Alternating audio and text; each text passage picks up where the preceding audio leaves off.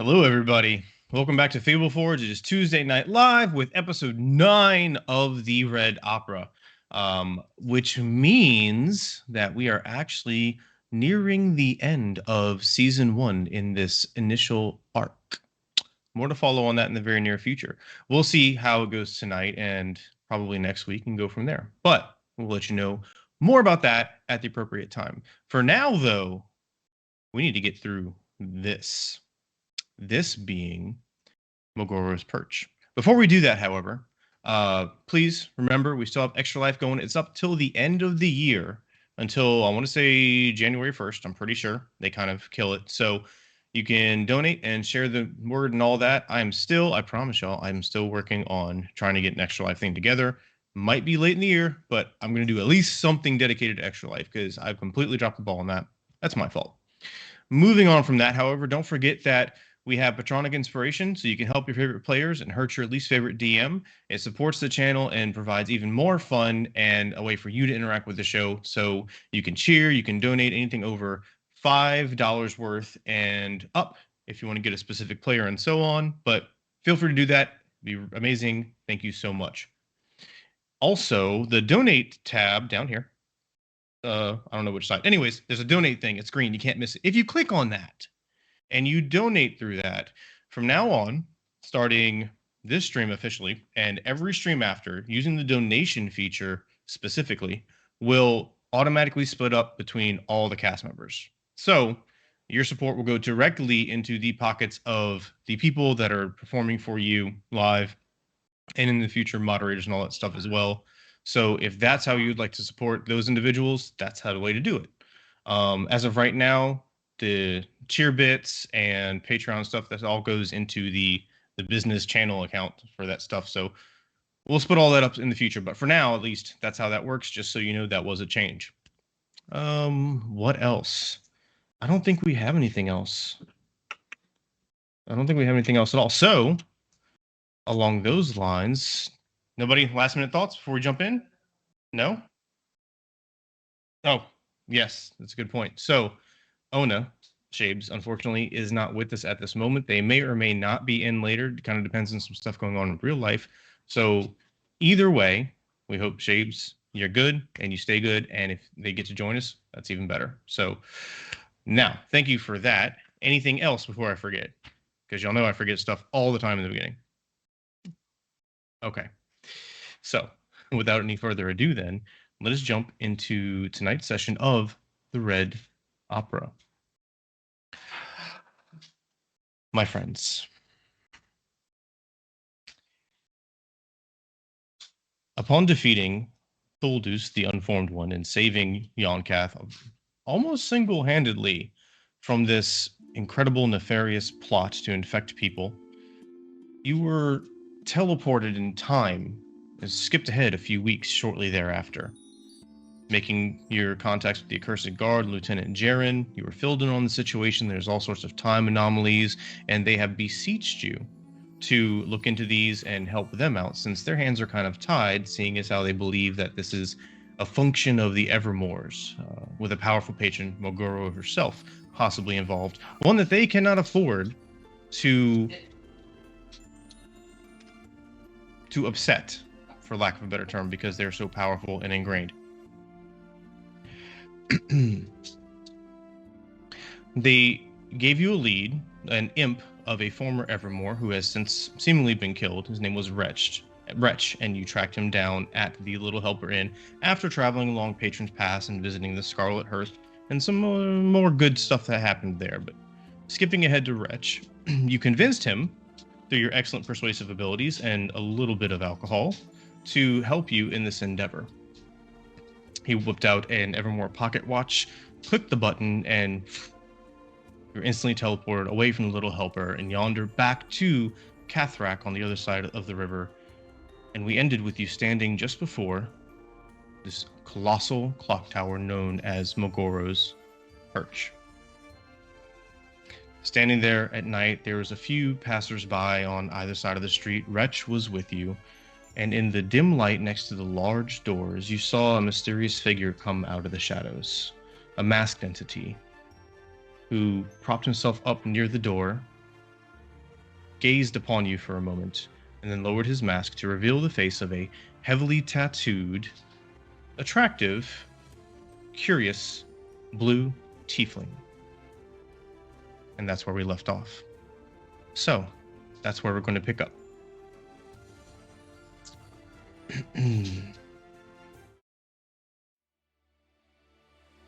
He pulls himself away from the building and takes a few steps forward, the mask still being held in his hand.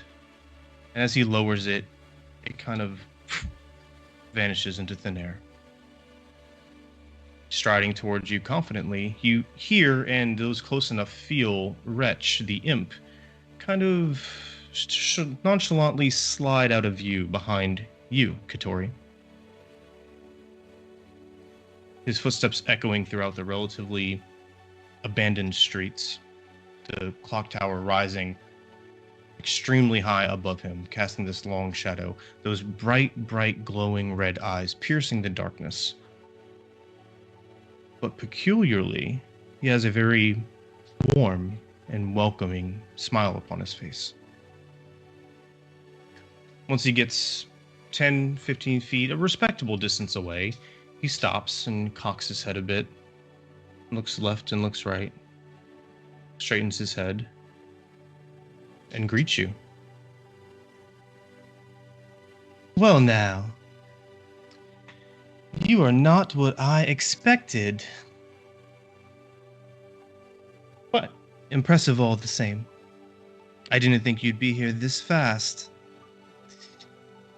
Welcome to Megoro's Perch. You've made it.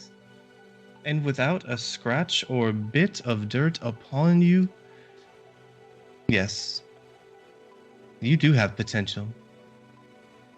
Oh, don't fret, my little imp friend. I'm not here to interfere.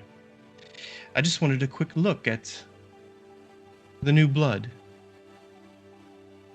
I take great joy in those visiting Yon'Cath, especially those from farther away. Well, I apologize for holding you. I'll be on my way. And he bows and vanishes. Darn it! I wish you would have at least given us his name.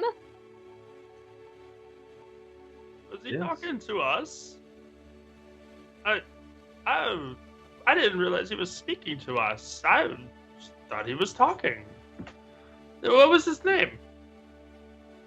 Well, that's Did the anyone whole else point. get some very weird feelings from him? I got some feelings for sure. I don't know what I would Definitely classify them not as. settling. I was wondering for a second if that was the help that. What's her name? The lady with the purple hair? Wretch. Alios? I thought that was her helper that she was going to send to us to help us. But I guess not.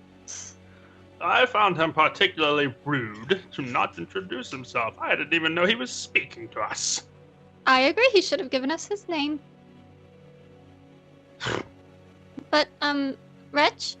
I'm still looking for Wretch. Yeah. Give me a perception check. The imp has noped out of there.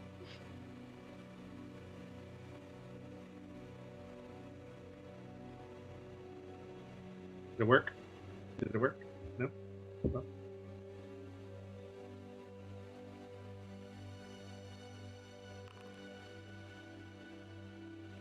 Yeah. That's a 3. A 3. Oh, yeah. You remember him brushing upon your thigh, like his wings flurried against him as he quickly and quietly darted out of sight. You look around, he's not in the immediate vicinity at all. He's definitely not right next to you. You're not quite sure where he went.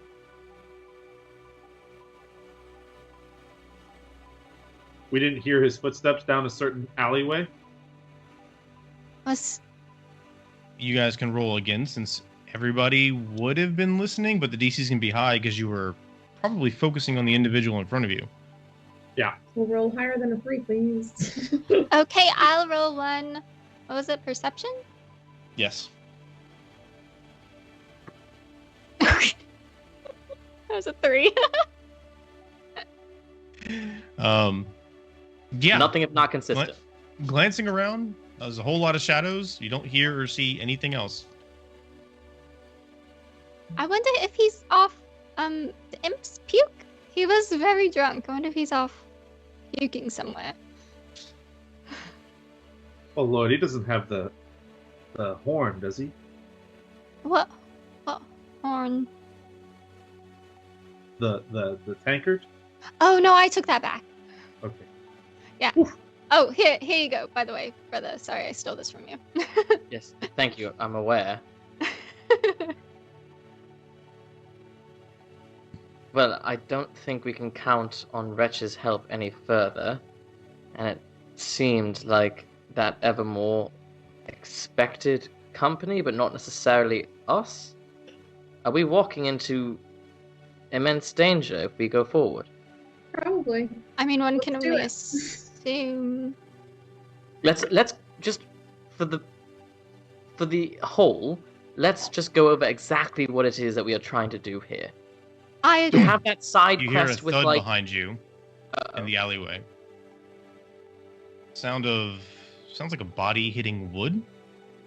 Quickly turn around, being caught off guard by that. And you see Wretch's tiny form, wings flapping about, arms and legs kind of trying to pull away, being held up by that leather jerkin with one hand. This relatively small humanoid figure.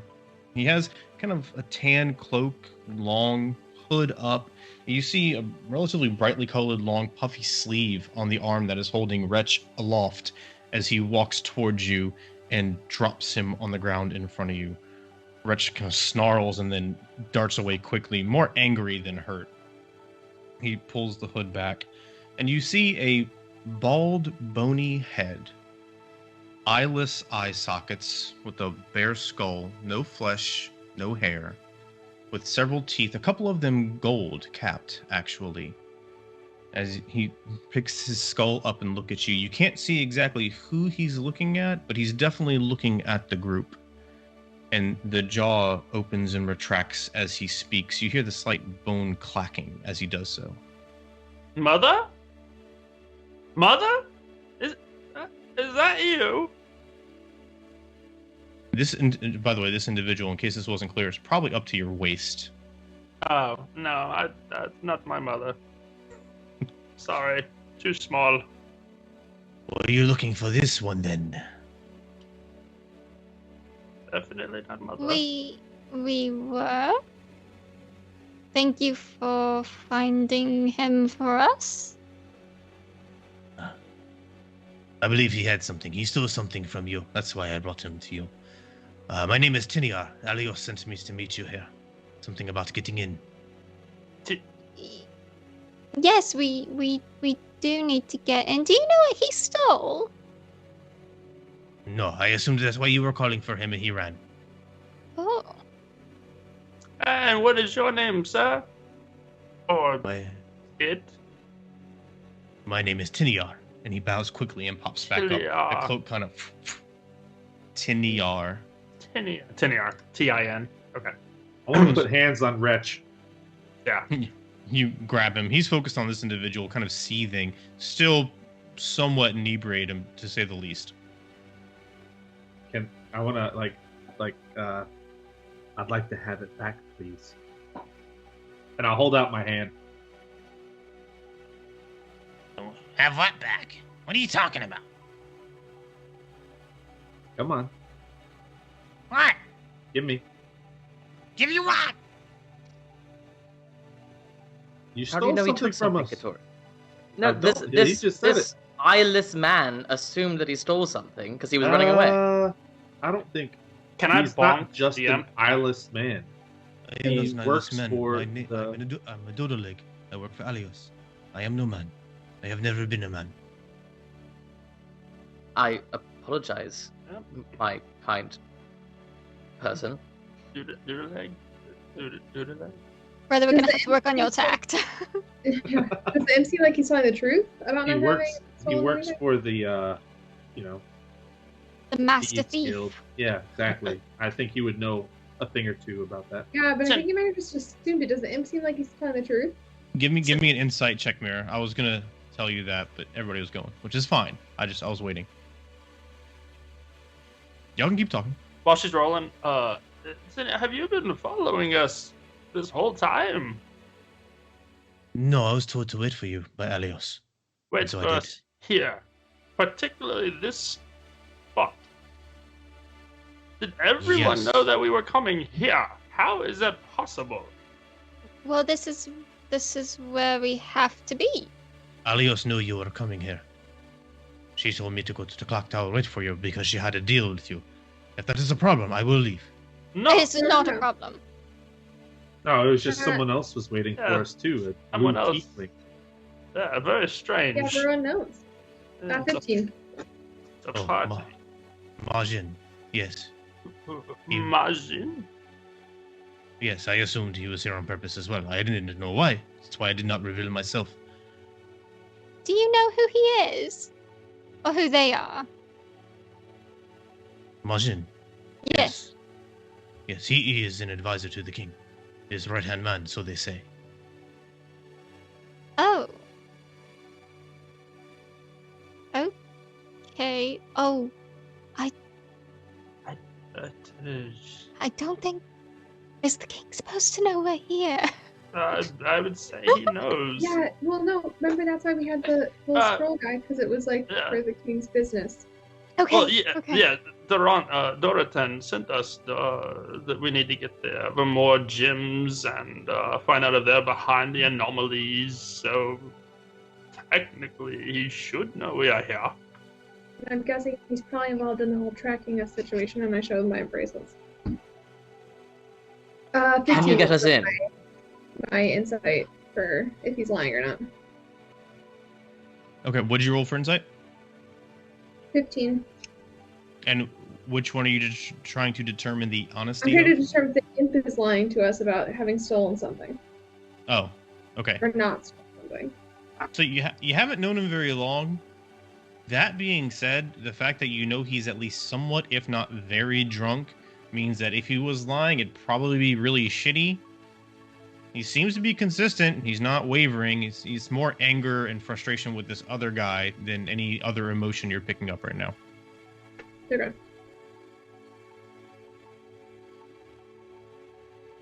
So can you get us into this tower? Me? Well, I believe so. I would like to try. It would Okay. be Before you challenge. do, Aye. do you have any idea what we can expect in there? I should say not. Great. Just checking. That is the fun. No? And will you be accompanying us all the way to the, I'm assuming the top, where we need to be? Is I that am to really- stay with you until Alios gets her cut of the share. That's what she said. Okay. You hear Wretch pipe up. Hold on! I'm not going anywhere with that asshole. He damn near broke my wing. Why did you run in the first place? You don't know who that is. That's why you didn't run. He's an advisor to the king. He's one of the most powerful entities here. The betrayer does not like people to cross him. I do not want to be somebody to cross him, so I got the fuck out of here. The betrayer? What? Majin. People call him the betrayer. Oh. Why? Why do you have fur? I don't fucking know. It's just a name. It's because he's a cat. Yeah. I'm not going in there with him. And don't forget, I have the stopwatch. And that's an Evermore stronghold. So there's a good chance that this might come in handy. Will I'm not you going in there with him. will you go in if we give you more alcohol? Maybe. Where are you going to get alcohol from? My brother here. He has a nice tankard. The one that Yes, you drank this- out of before? The really big one. It's a tankard of forever alcohol, as any liquid that you put in there turns into alcohol. It's a gift from my father.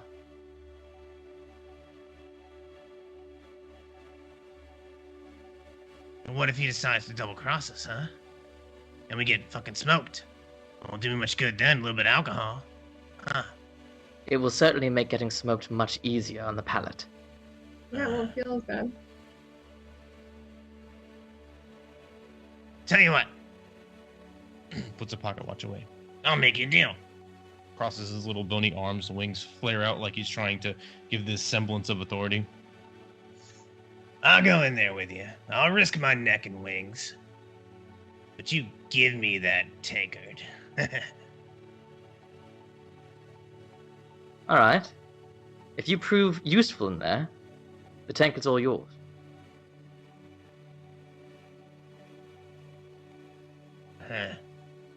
Promise. Scout's honor. I don't know Scout what was a the name of scout my is, but we're gonna dog. shake on it. Okay, yeah, shake on it. Yeah. His little impy hand come out. Alright. This is what you need to know. This is what I know. Again, I never went in, but this is what Sarvish told me when he get drunk. They don't like intruders. Obviously. So it's trapped. Obviously. And I don't know how good he is with his little tool thingies, and maybe he could get you in, but he might activate some shit in the process. So you still want to bring him? I made a deal. Fine. Questionable, but fine. Agora's always looking for new blood too. So what they do with the traps, they also make them kind of like challenges. So if you survive, then maybe they don't kill you if they can convince you to join them. So I don't know what it is. I just know that. Well, yeah, that's what I know. So Sounds like a job for some patronless adventurers, eh, Katori?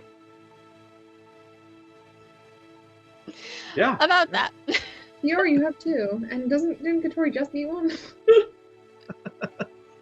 Oh, I did have one talk to me, but he's not my patron. Come on. Not yet. So you're saying this place is trapped. We go in, we make it past the traps, and they're going to want us to join their side or we die. Not necessarily. They may not like you at all. I'm just saying that Okay. the traps are also kind of like, it's like a twofer, right? They were smart when they designed them, right? A BOGO, if you will. Yeah, Pogo. Yeah, Pogo. I'll be honest. The idea of a trapped tower of challenges is actually extremely exciting to me. Absolutely. The question is, we're just supposed to be in. What is our goal as a team right now? We To get to the top? need to get those crystals. Yeah, but we don't know where And those we are. need to Do we? I We think need we to were told that they were in the tower. I think that they're kept in Yes. the tower. somehow find out if the Evermores are behind these weird So- time anomalies. So we need a so looking- confession. Yeah, a We should confession join or them. like They notes can or tell something. us. What's our strategy? Look for Our notes. strategy is- Get a confession. Final straw, join them. It's on the table at the very To least. get a confession, with that intent. I thought the crystals were more on the actual perch, or is that just the name of this? I believe it's the pocket watch. Wretch, could you show the watch? I believe it's their source of power, and there should be an Evermore crystal in that watch there, if I recall. Yeah, it's That right I there. Yes, it is their holy symbol. Right there. May I see that watch, sir? I said this last time. It's not a holy symbol. It's a focus. They're not clerics. God, this guy does magic? God. No. Okay, Can I let's. take the watch from him? Like, will he Yeah, you can not steal it try. from him? No, I'll be like, hey, may I? If please you see move the- slowly, he's like, eh. Yeah, well, yeah, that's what I'm asking. Like, may I see it? I'm not gonna give me the damn watch. Not like that. Right. So, you, Or at you least, start like, to- hold it you up to ask everyone him to and see what reach they out a look little like. bit. Yeah, like, because I want Yeah, to. We want to show everybody what the. They look I'll show you, but I'm holding on to it. This is That's the last fine. thing I got from Sarvish. So All right. everybody, like, I want to make sure everyone can see it. He holds it up, and again, it looks like a relatively mundane pocket watch. The metal is silver, or at least silver colored. The face is relatively plain. The hands, the numbers, all looks pretty standard, except in the center, there is that diamond-shaped blue crystal, and it has an ethereal glow to it. And the entire thing shimmered when you saw him click it just before you all got teleported here. Otherwise, unremarkable. So y'all are saying that there's a stockpile in there? That's Can't what we they. just go That's find what. them in the wild? Well, no, that's what they said that they had them here, and I think was it Brickfoot that said that she needed them to break the do the packs. Yes, Yeah. there are payment. Reg, do you have any idea where they would be in? Do you know where these are held, or like the stockpile of them? No fucking idea. Like I said, he always kept me in a glass jar in the city when he came here because he didn't want anything happening to me or me doing anything in there. He said I had a drinking problem. It was bullshit. But no, I don't know. I have to assume if these crystals are a focus of their power, then it would be in some sort of central, very clearly marked location. It would be in a place of honor. Yeah, most likely at the very tippy top of a trapped tower. I just crack my neck. Great. I Let's think do that, it. but I think that we should get going inside before we get seen by people out here and something happens and people come. For the first time since walking into the sacred hearth, you see Tiora smile. I am excited for this. Let's do it. Okay. Okay. I'm We're trying to Before we go. And I'm sorry. I was just saying, it's kind of like, do either of you know of anything at the very entrance we should be worried about? Just that you may have seen of any passers or curious strangers, statues at fire, anything? You talking to Wretch and Tiniar? Uh-huh. They look Just at because each I'm other. because there's always Yeah. that, like, don't go to that castle, don't go to that place. Why? Because those statues fire laser beams at everybody, and it's a popcorn event for everyone that lives in the area. You know? Like, Well, you probably would have got that information a couple days ago when you were asking about them. They told you it was more of like the urban legend. They don't understand it. They're powerful. Nobody said anything along those lines. Wretch knows, because Wretch was a familiar. That's why I kind of feel like Wretch would know. When you're asking, Wretch and Tiniar kind of look at each other, Yeah. look back at you, look at each other, kind of, eh? Just trying to watch my own skin. Okay, I'm ready. Let's do this. I pull out my shield, and I'm ready to go. So, you see Wretch, little tiny Wretch, wings flared out, walking kind of defiantly and strutting back and forth, that leather jerkin almost scraping the ground with the pocket watch out, striding towards the door. You also see Tiniar over there on the left, and he's fumbling with a leather pouch on his side, and you see him produce a whole bunch of different tools. And they're both walking towards the door at the same time, and they get there, and they don't really realize they're walking together until they stop to look at the door, and then they look at each other, and they start kind of like almost catfighting a little bit over who's going to try and mess with the door. You guys going to do anything or let them resolve it? that's all there's. I will be like, well, I'm gonna go up to him, be like, together, work together, or not at all. Give me a persuasion check.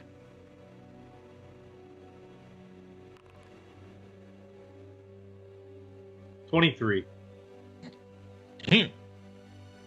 All right.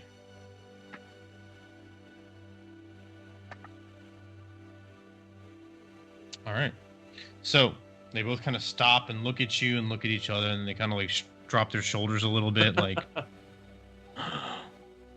Tiniar kind of like bows over exaggeratingly to Wretch, like, may I? And Wretch like curtsies back with the wings. And Tiniar goes down there and he starts working on the lock with his thieves' tools. He's working on it for a good 10-20 seconds or so. And you see he's focusing very intently. He does seem to know what he's doing, as far as you all can see. I don't know if we have any master thieves among you, do we? Okay. seems to know what he's doing. He's very quick, very quiet, and Wretch is just sitting there like going back and forth from one foot to the other. Wings flap a little bit, and you see him take the pocket watch and like almost jam it up against the door. And as he brings it close, there's this flare of blue energy against the door, and it opens a little bit, and Tinyar's just standing there with the two thieves' tools in his hands where the lock used to be. He just kind of looks at Wretch, eyeballs him, putting the thieves' tools away, and quickly and silently moves inside the door. Wretch stands back real quick, and then with a big old bow, wings stretched out, beckons you to enter. I immediately move forward and try to catch up with Tinyar and just put a hand on her shoulder. Magic uses, am I right? They are the worst. I will follow my brother in. When I walk past Retro and be like, that was really amazing. You did a good job. He puffs his chest out a little bit, and if his skin tone wasn't so dark to prevent it, you would see him blushing pretty clearly here. That's the sense you get. Okay. All right. So, one by one, you all enter, and Wretch scurries in behind you, maybe a foot and a half tall off the ground, but feeling and acting 10 feet tall, and the door silently swings shut behind you, and the latch closes audibly.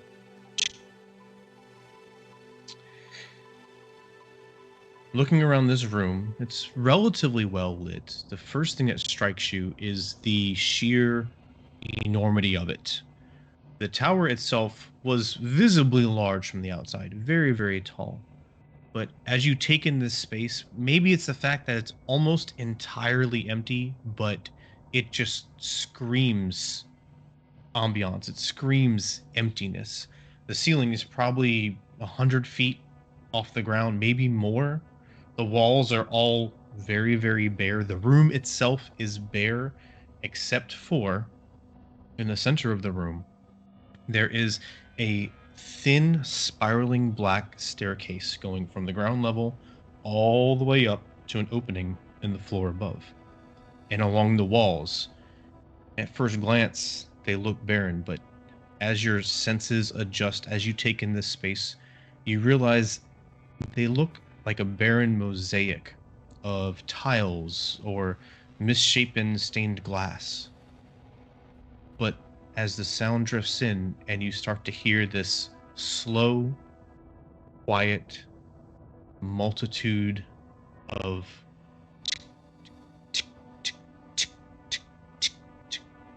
overlapping and streaming from all around you, the walls, in fact, are completely covered by clocks of all shapes and sizes, from pocket watches to 15 feet tall grandfather clock type things mounted on the wall, and that ticking is permeating the room. Inyar looks around, looks at you, looks up, puts his hood up over his head, and you see him crouch down, making him even smaller than he was before. And he puts a single bony finger to his lack of lips and starts slowly creeping across the floor to the staircase. I need a stealth check from everybody, and then tell me what you're doing.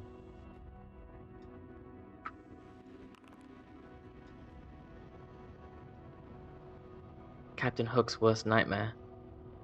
I got a 16 for stealth, and I am also, upon seeing the short man crouch, I'm going to crouch. I got a 13 for stealth, and I am doing the same thing and trying to stay behind our hooded friend, but Yes. still, like, going with him. Okay. Katori, what'd you get? I got a 9. Okay. Mira? Yeah. Let me get the stealth checks first, then I'll see what you guys I are got a doing. 13 as well. 13. Okay. Seven, Eight. 8. 8. Okay.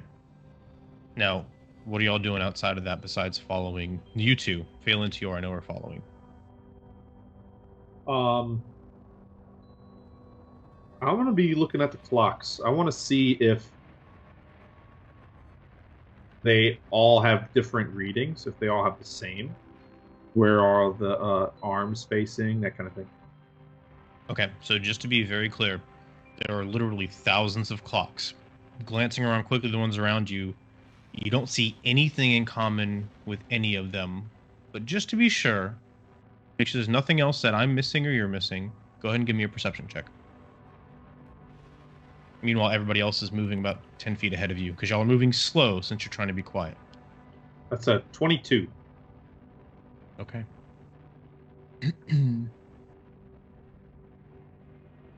Scanning from left to right, it's hard for you to make out the clocks all the way across the room. Okay. Tiniar's leading the way. Then you got Tior and Phelan coming behind. Excuse me. And then it's almost as though he doesn't want to get left behind. Wretch quickly flaps his wings, leaves the ground, and kind of darts forward, not to be outdone by Tiniar. When he does, he lands right behind Tiniar, catching his cloak a little bit. And Tiniar stumbles. It's quiet, but he stumbles forward a little bit. A very, very slight echo, not any louder than the clocks, pierces the room, which you notice because you're paying attention to it so well. Your eye is still focused on the clocks. When that sound penetrates the room, you see several of the clocks on this relatively lower half of the room. They shimmer blue real quickly, and just as quickly it's gone. Can I ask, are the I'm out. clocks... Sorry. I'm out. Mira, what are you doing? I was gonna look at the top of the staircase to see if there's any obvious what the is to come, and if there's any clear trap or danger that we could super easily see. It's probably impossible to see from here, but worth at least looking at. Okay. Perception check. Vav9, what are you doing? I'm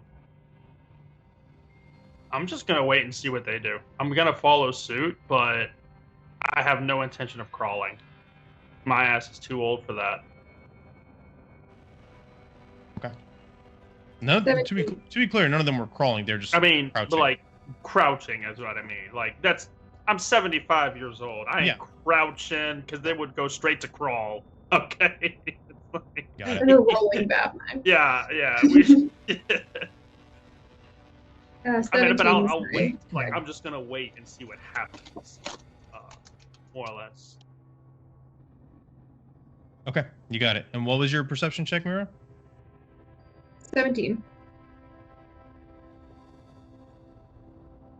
All right.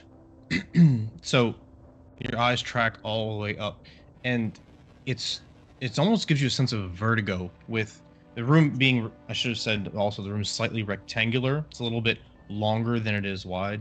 So you get this strange sense of vertigo with all these clocks ticking in your ears as you look high up there.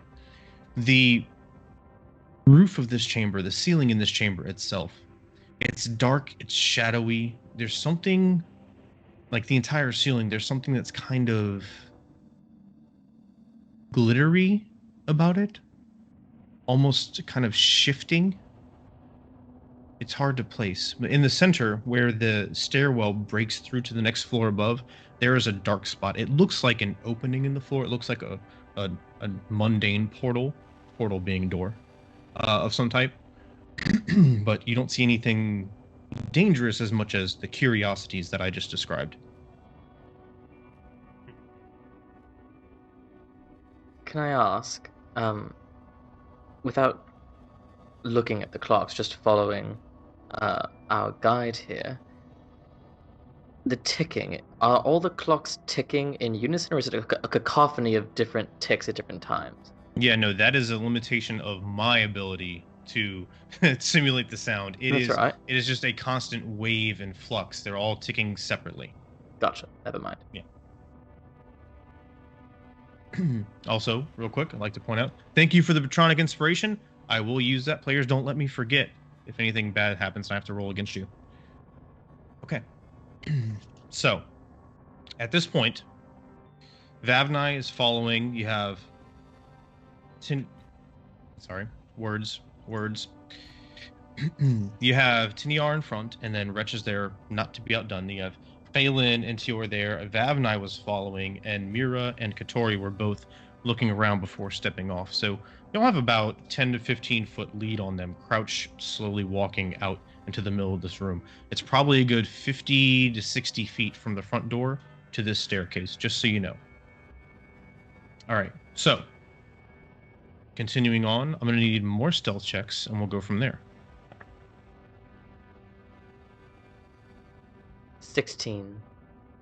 Okay.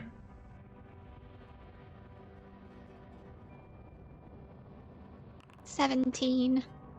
Okay. 18. Okay. It's because I'm not moving. I'm gonna stick with my 9. Okay. And I got a 6. 6.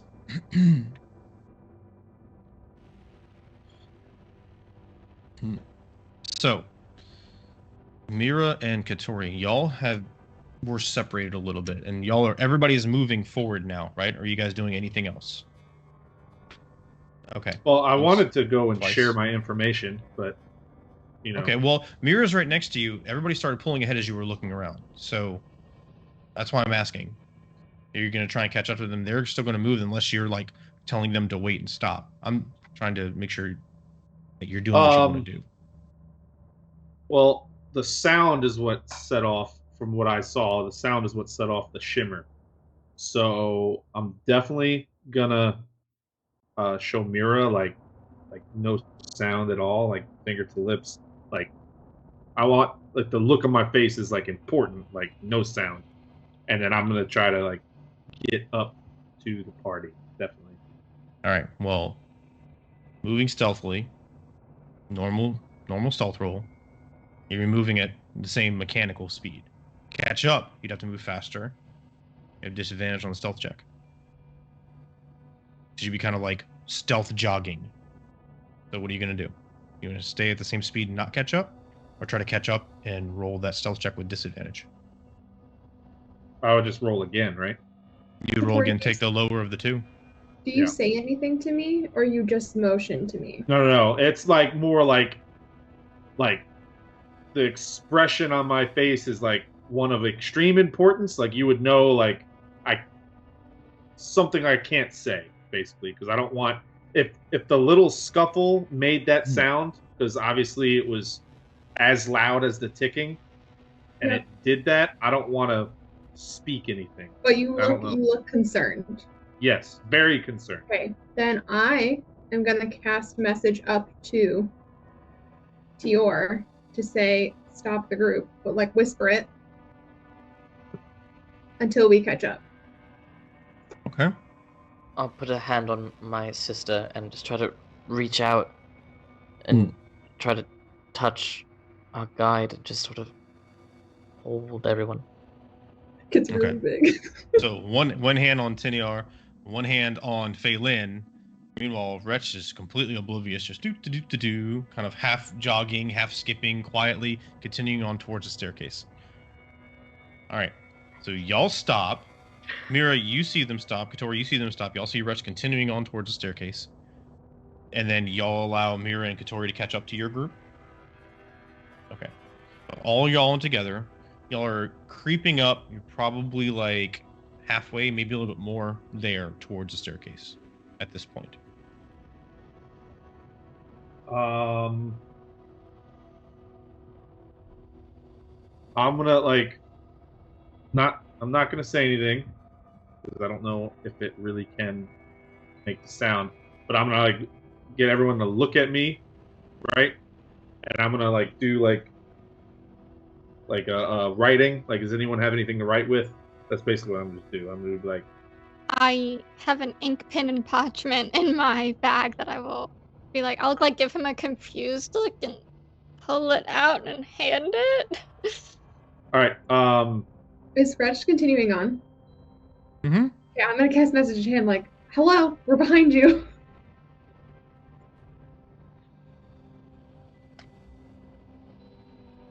Okay.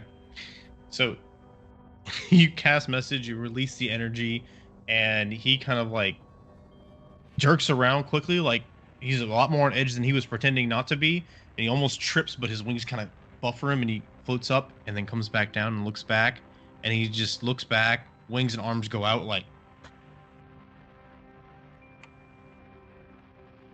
We just wave him back. I'm gonna write down on the parchment with the pen. Make no sound. Shimmering magics on clocks.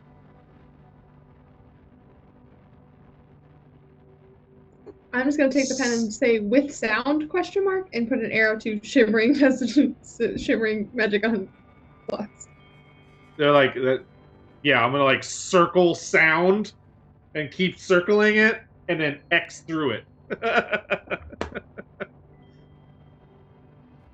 So we hear a furious scribbling, is what you're saying, right? Because this is Quill. Such loud scribbling. Such loud scribbling. But yeah, so that's what I'm gonna do. Everyone understands? Yeah. North south. Got it. Sweet. Okay. You continue on. Stealth checks again. Wretch is not moving, so Wretch doesn't have to make a stealth check this time. That's an 8. Okay.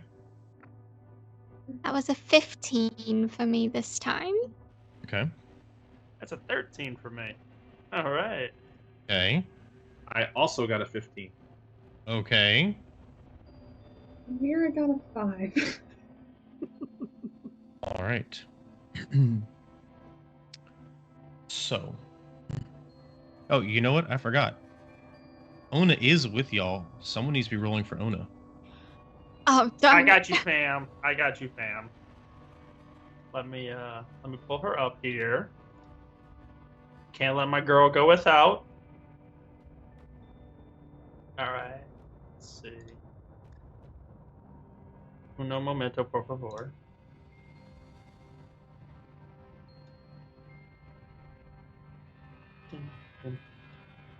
Because I can actually pull her up. Yeah. And here we go. Ona, view.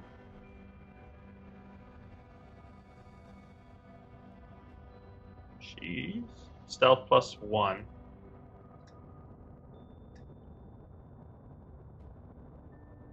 That's good, because that means we have a tiebreaker.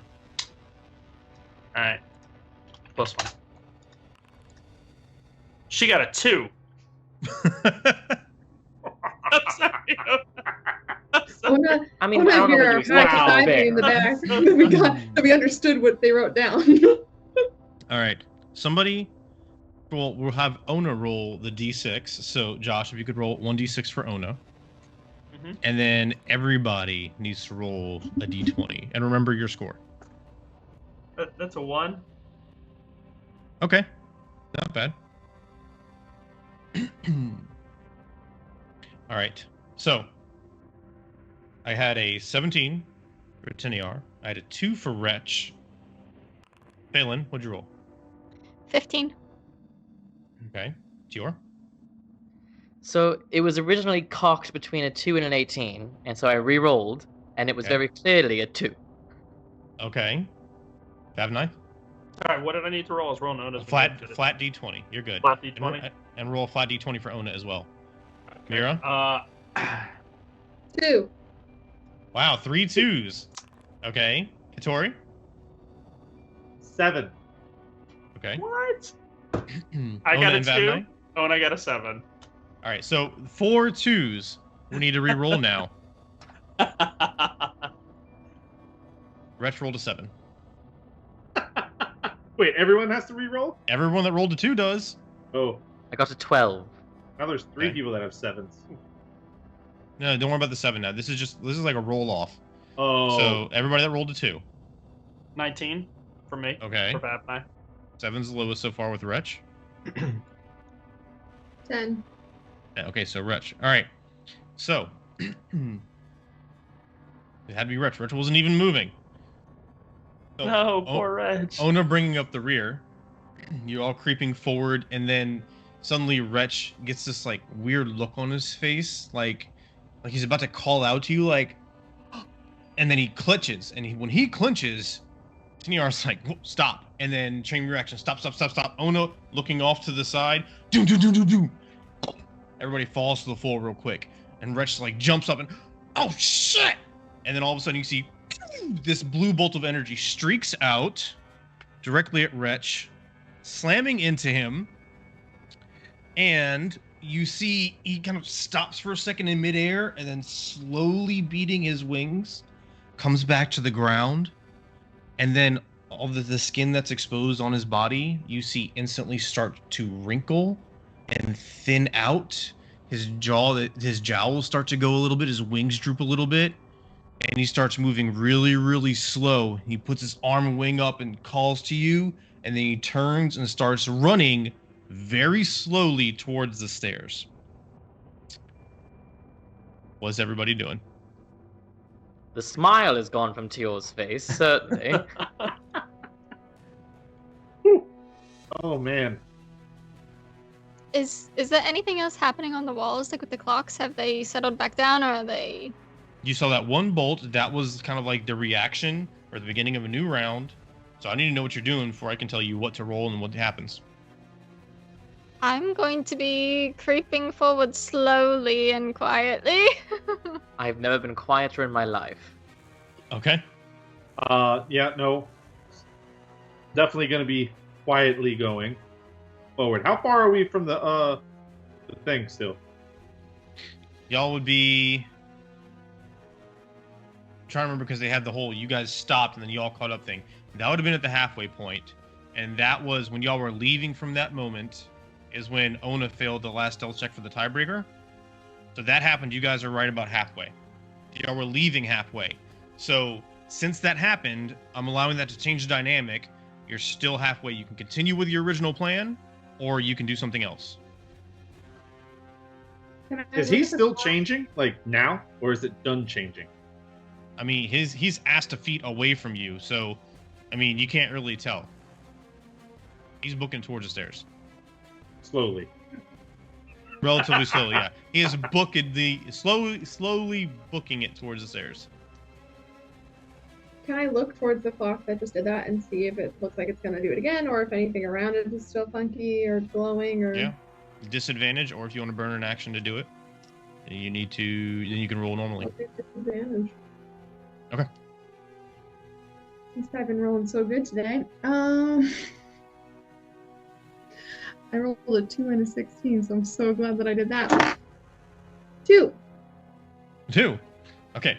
Glance over in that direction. You aren't even sure which clock it came from because there's so many and they're so tightly packed. You know it was on that side of the room, but you can't tell anything else.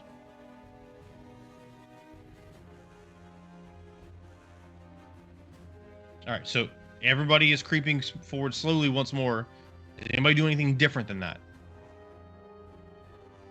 I'm gonna take the dodge action. I'm gonna flick a coin, but like at the stairs. Like I want to but I want to make the sound over there. Like I want to If that knight ages up, he'll die.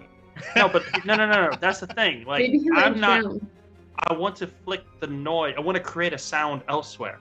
That's what I want. The impact nowhere near any of us. That was what I'm getting at. Like I want it to be away. I want to know if this thing just shoots literally at sound, or if there's some other element. If sound alone will trigger it or not. That's what I'm going for. Okay. So you're going to intentionally create a sound. You're going to try to intentionally trigger the trap. Because clearly it's been triggered. Right. So if there was, because if there was any body that was going to be watching whether the traps go off, it's already happened. So now I'm curious if it's just, and what happens if it's a loud sound? I'm not making a drum here, but like flick a coin. No, it hits stone, and we'll see what happens. But away from us. Yeah, Alright, you're not pulling out so the pantsuit. Like, Tori's not pulling out a pantsuit. You put your hand out, stopping everybody. Take a coin, you toss it in the air. Beyond it, as you're watching the coin, you see Wretch still slow motion running away from you. It comes to land. Ting, ting, ting, ting. Another green blue bolt of energy comes up from behind you. Tori, I need a dexterity saving throw. Oh shit!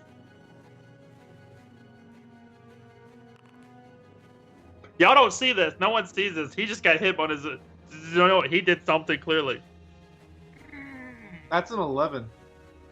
Okay, so your movement speed is slowed, and that means you have half movement speed, and also you start to. You know what? I'm gonna give you the benefit of the doubt here. You said you wanted to take the dodge action, and then Vav and I started going. So go ahead and roll again, because you would have advantage on that. You were prepared for it. So sorry, buddy. I love you. 21.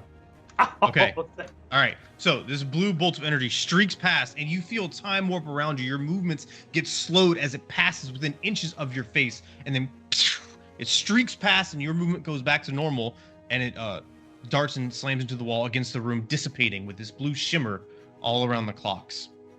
I will grab Vabnai. But it doesn't actually attack or hurt the clocks. It hit No. the wall of clocks, and it doesn't do a thing to them. Correct. You're not gonna grab me. You want to hear an old man scream? Have that go off, and then immediately grab him. Yeah. No, I'm not Old like. man will scream.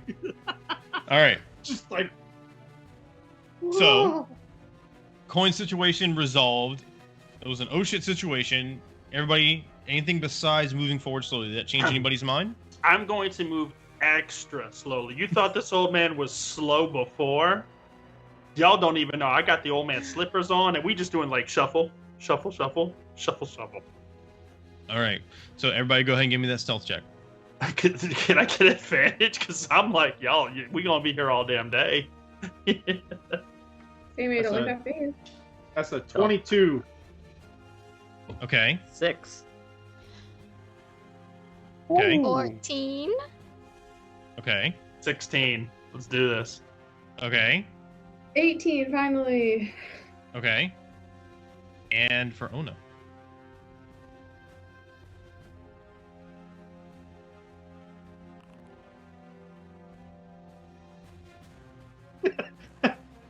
That's not the face I wanted to see. Maybe I shouldn't roll for her. It's a 10. 10. Okay. Sorry, I That's- forgot I was muted. That was 3 failures. 3 failures. So, that whole roll off, that was for the first time when that trap was tricked. Now, anytime somebody fails, since the clocks are on alert, each failure is going to be 1 bolt.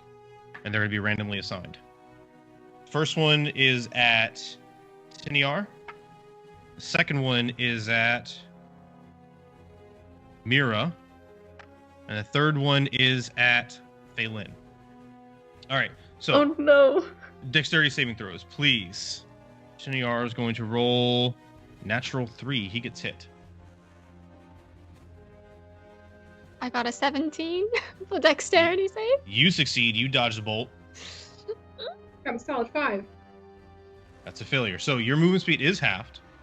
So even if you go full speed, you're going to be moving as fast as they are creeping. And also, whatever your age is now, here's the thing. This is going to require some player effort on your part. You have to know your age, and you have to know the normal lifespan of your ethnicity. Okay? When a bolt hits you, you get slowed, so your movement speed is halved.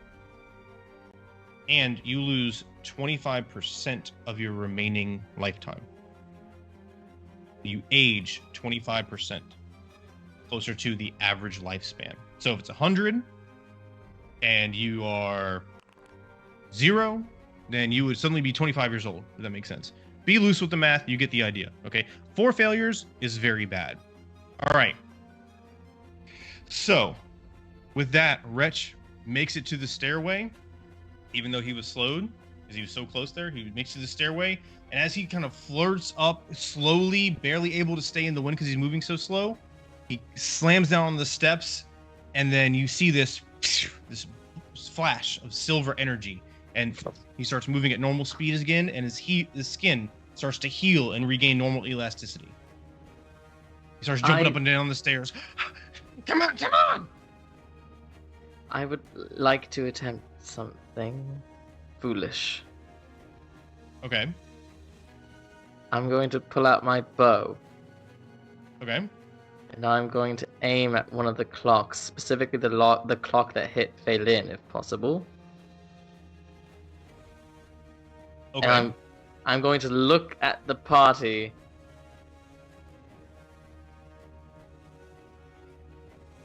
I'm getting a no from Katori. I'm getting a no from everyone. Great, I'll fire. Oh, wow. I want to Unexpected. grab Mira and bolt to the fucking thing. I want to use my ability so I can double my movement speed. I'm getting there as fast as possible. You're dragging this old woman that's coming with you. I pick you up. I'm just picking you up and I'm booking. Okay, so you're moving full speed. You're carrying her, so now you're effectively at half speed. Okay. So I gotta keep all these distances in my head. It's double. difficult. Well, you did. So you're normal speed. So you're normal speed. 100%. Okay. So let's cover this. Wretch is on the stairwell. He is no longer affected by the magic. All right. Everybody else moved forward except Tiniar and Mira got caught by the blasts. So now they're probably 10 feet behind. At this point, Fior, you lash out, arrow streaks across the room. Okay, everybody's got the idea now? All right. So, give me an attack roll, Fior.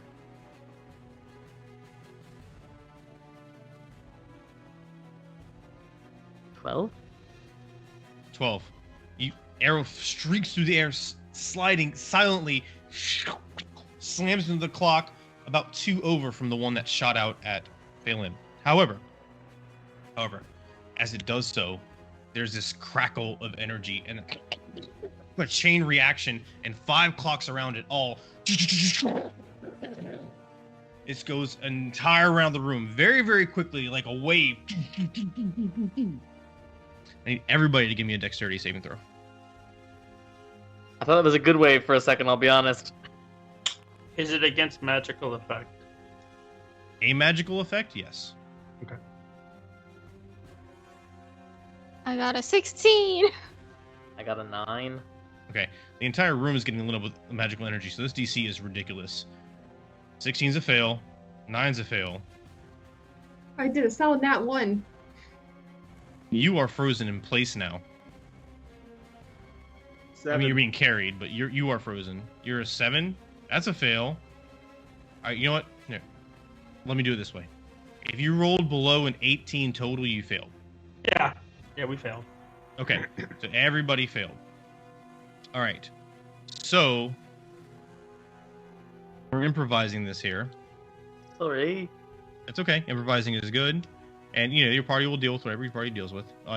He's still in the room, but he's on the stairs, so he might have something happen to come right back from it. Okay. Everybody give me a charisma saving throw. This is a much more powerful effect, because you went from being shot at to being blown up, basically. I got a 10. 20. 14. Okay, I was going to say, this is only going to be a 14, so 14 and 20 pass. Kono passed with a 16. Okay. Mira fails with the 12. Okay. Vav and I get a 21. Okay. And Tiniar and Wretch both succeeded. So, that was everybody, right? I didn't miss anybody? Okay, so, I think Mira's the only one who failed, correct? Tior failed. Oh, Tior failed also? Okay. So, you can't Oh, get further frozen in place. But this effect, because of the explosion of energy, your body, stops midair. And Katori keeps running as he gets slowed down. And you kind of just get wrenched from his arms as you are stuck in time for a moment. Same thing with you, Tior.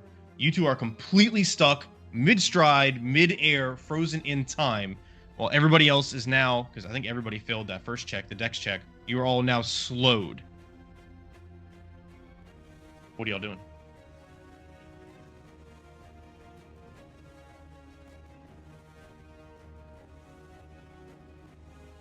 I think I was in front of Mira and Katori. Well, I took off. How far did I get before I get hit? Y'all got to that point, and then you started taking off. You got a few steps. This was all really, really quick. It just took a long time to describe. So I didn't even get. So I had to pick her up, so that was my action, right? so I couldn't dash. All right, so you put it this way. Y'all's group, basically everybody besides Wretch, is right around 20, 25-ish feet away, if I was able to keep up with that properly. And then you grabbed her, you stepped off, you started running, the arrow went off, and all that stuff, correct? Yeah. Okay, yeah. So it all happened at once. All right, y'all are pretty close to each other. You start going, and then all of a sudden, whoop, mirrors out of your arms, and you're getting slowed midair as this explosion of arcane energy happens around you.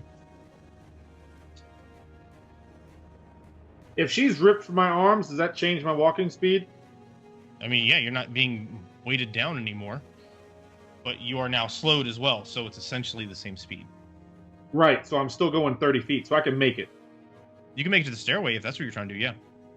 Yeah, I'm gonna make it to the stairway. Okay, so you get there, and when you finally touch stairs, the effect dissipates. All right, I'm gonna. We're gonna stop there. See what everybody else is doing. So your mirror's frozen. Wretch and Katori are on the stairs. He was able to run ahead of you because he's a fast cat. Y'all still running for the stairs or doing something else? I'm going to the.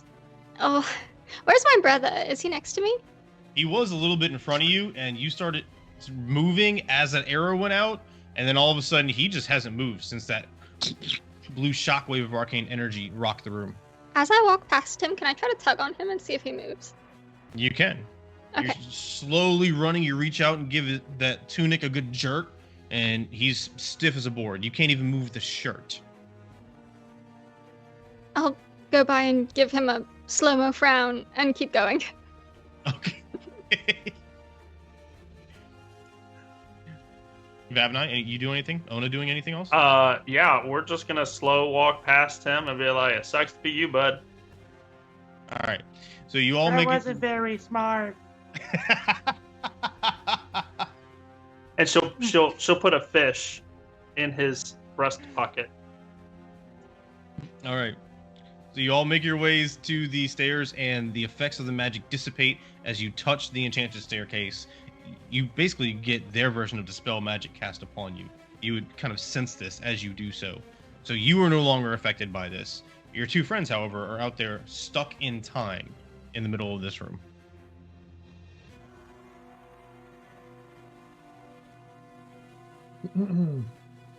Phelan, hold this rope Oh! and stand on the stairwell right there. Okay, I will actually tie the rope to the stairwell because I No. don't. No, hold it. No, as you go to do that. No, I need you to hold the rope. Oh, why? What are you doing? I don't know. And then I begin walking with the rope towards Tior. How long is it? 15 minutes for a ritual? 10. It 10? depends. It Depends depends on the- depends on the spell. Depends on the length of the spell. One action is a 10-minute, and then 1 hour or 10 minutes I think it's 10. I don't remember. I have to look it up. Multiply by 10. Rule Yeah. of thumb. Something like that. I'm gonna start doing a ritual for silence. Oh, now you want to do? What am I gonna spend 10 minutes? guys. I don't know. Unbelievable. 10 whole minutes. I was hoping somebody had silence, and then afterwards be like, "Oh man, I should have just cast silence." Two of us are frozen in time, I'm letting- and you had silence. I love you. Go ahead and give me an insight What is check. time when Katori. it's 10 minutes when everyone's frozen? Insight. Weir's like, I'm just hanging out. That's Literally. a 20, 30. Okay. So you trying to search, rack your mind for something to do to make things better, make things easier. You start to gather the spell components for silence, and you look around kind of absent-mindedly, making sure no other threats are coming and everything while you're preparing. Just so you, Katori, gain the insight your character would have here, all these clocks are completely wrecked. You still see little errant fizzles and sparks of arcane energy from the defective, now destroyed clocks, and the air still tingles with that miasma of ethereal energy kind of spreading throughout. But you don't feel like this room in and of itself is still trapped anymore. Now, you have to weigh that against the future, whether you need to be quiet after this and all the other things, sure. but the immediate threat in this room is probably dissipated, aside from the fact that 2 of your friends are stuck in time. So do with that information what you will. Okay. You still going to do the ritual, or are you going to think about it? I'm gonna think about it. Okay. Meanwhile, Vavnai is walking back across the room. Normal, slow Vavnai speed. Normal, slow Vavnai speed. Yeah. With the rope towards Tior. Okay. Anybody else doing anything? I I am holding the rope as tightly as I can. You see, at this point, Tanior comes up next to you, and Phelan, he's a couple steps higher, so he's roughly eye height with you. Well, I can't make eye contact because he doesn't have any eyes. Correct. And he nods to you and looks back out there, and he also puts his hand on the rope, kind of like he doesn't really know what to do, but hey, I'm helping. Meanwhile, Wretch is slumped in the corner. His wings are folded over his shoulders, and he's kind of grouchy, sobbing, kind of, leave me alone, this is bullshit. You know, it's not my fault, that kind of a thing. You get that sense from him. Okay. Oh. So, Vavnai, you make your way to Tior. You arrive there. What are you doing? I began to tie the rope around his neck, and then I think better of it, and I tied it around his waist. Okay. Tied around his waist. Give it a good old knot. Give it a good Vavnai knot. Give it, and then, you know, like, I'm not really able to cinch it really tight, so I tie it around some more. You know how it is when you just can't really cinch a knot. I kind of look at Phelan, look at him, look at Phelan, look at him. I kind of shake my head and then just start walking back to her. In my head, I was hoping the magic from Dispel Magic would attach itself to whatever was on it and then carry over and dispel him. Okay. As I'm like some going sort of to- clever extension, you know? I'm gonna tug on the rope anyways. Okay. So, Vavnai, since that was your idea, go ahead and give me either an Arcana or Insight check. Oh. Because you'd be naturally trying to figure out why that didn't work, since you hoped it would. What? 6 total. 6? Okay. So, you know that magic affects different entities differently. So some magics that will allow you to enlarge an object, for example, won't allow you to enlarge a creature, and vice versa. You're tugging at that thought, but you can't quite piece things together. Yeah. It's like it's there, but old man slipping, stupid clocks. Who the hell shot a clock? And I'm looking at the guy who shot the clocks and just ruined everything. It's like, you put yourself in this situation. Why can't I figure this out? Why did you? I disarmed the trap. Okay. Does any part of the staircase look weak? Weak? No, it looks to be crafted out of obsidian, although there's no tool marks or attachment hardware. It's almost as though it was forged out of a giant block with magic or something. It's very, very strong, very peculiar.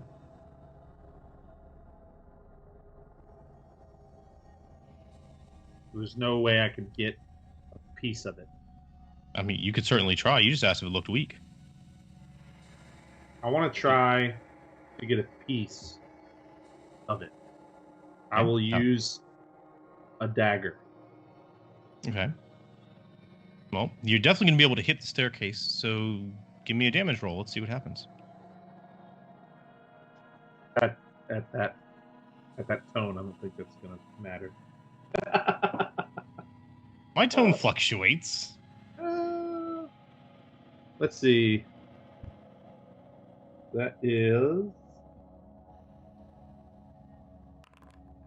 a 6. A 6. It's a good dagger strike. You take it and you hold it like you're about to cut, and you think better of it. You want to be able to put more force behind it, so you swap it over in your hand though you're going to stab. And with all the force you can muster, you slam it down. And as it impacts the railing, the smooth surface kind of diverts it a little bit and scrapes along the surface. You get a bit of this strange black dust on your dagger, but no pieces come off or anything like that. Lane. Okay, that's my idea. So Phelan, make sure you know that you would see me fully have tied off your brother at this point, and I'm just standing there like, I'm just like casually tugging on the rope and being like, is it yeah, y'all would see Is her it- like, is it working? Give it a good tug. No, not moving at all. His clothes aren't even shifting with the force. how Well- far is she from the stair? Y'all How far are we from the y'all stairwell? about 20 to 25 feet away Oh, from yeah, we're from far. Tior and Mira. They're in that general space. I'll speak up. I'm like, I really thought the magic of the stairwell would have carried this far over. I mean, it seems like once we stepped on it, it only worked once we were on the stairs, not even near the stairs. It was just on the stairs. I was hoping the rope, the magic, would carry through the rope to here. That's why I was trying to get a piece of it. Too bad we can't just bring it over here, or bring him over there. Well, Mira's in air right now. Like floating. Oh, let me see if I can pull her. Can I reach her? Yeah, you shoulder was height like- of Katori. Yeah, just Okay. whatever. Yeah. Well, I just want to make sure. Yeah, no, thank you. I I appreciate go it. to try and pull some tug, and does anything move? And what I mean by that is like her cloak or her like anything fold in fabric. And me Here. touching her doesn't obviously. Nope. It's like I'm touching a stasis, like a solid, just stuck in motion object. It's exactly what you're touching. It's like a living statue, stuck in the air. They're stuck in time. Is Okay. there any, like, you said all of the clocks are ruined on the walls? Then none of them. Yeah, this was a shockwave that went all the way up the 100-foot tall walls, all the way around the room. Jesus. And there's nothing on the floor. Nothing, like, no runes, no A smooth black tile. smooth black tile. Mm-hmm.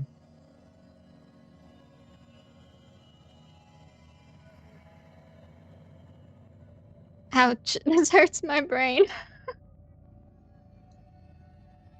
Okay, so since this would be the second and therefore after multiple attempts trying to figure this out, I will allow everybody to give me an insight check, see if any of you have a light bulb moment, except for the statues, obviously, because you can't communicate it anyway. This is Ooh. when you go online and Google like level 42 walkthrough, you know? I got a 17. I insight. got a 14. I also got a 14. Okay. Oh no. She got a 9. So I forgot you have 2 more people with you. 4 and a 6. Nope. Everybody's just sitting there, kind of scratching their chin and getting stumped, and you sitting here for a good minute or two, and you just can't put 2 and 2 together. And then, staring at Tior, you hear behind you, echoing throughout the chamber,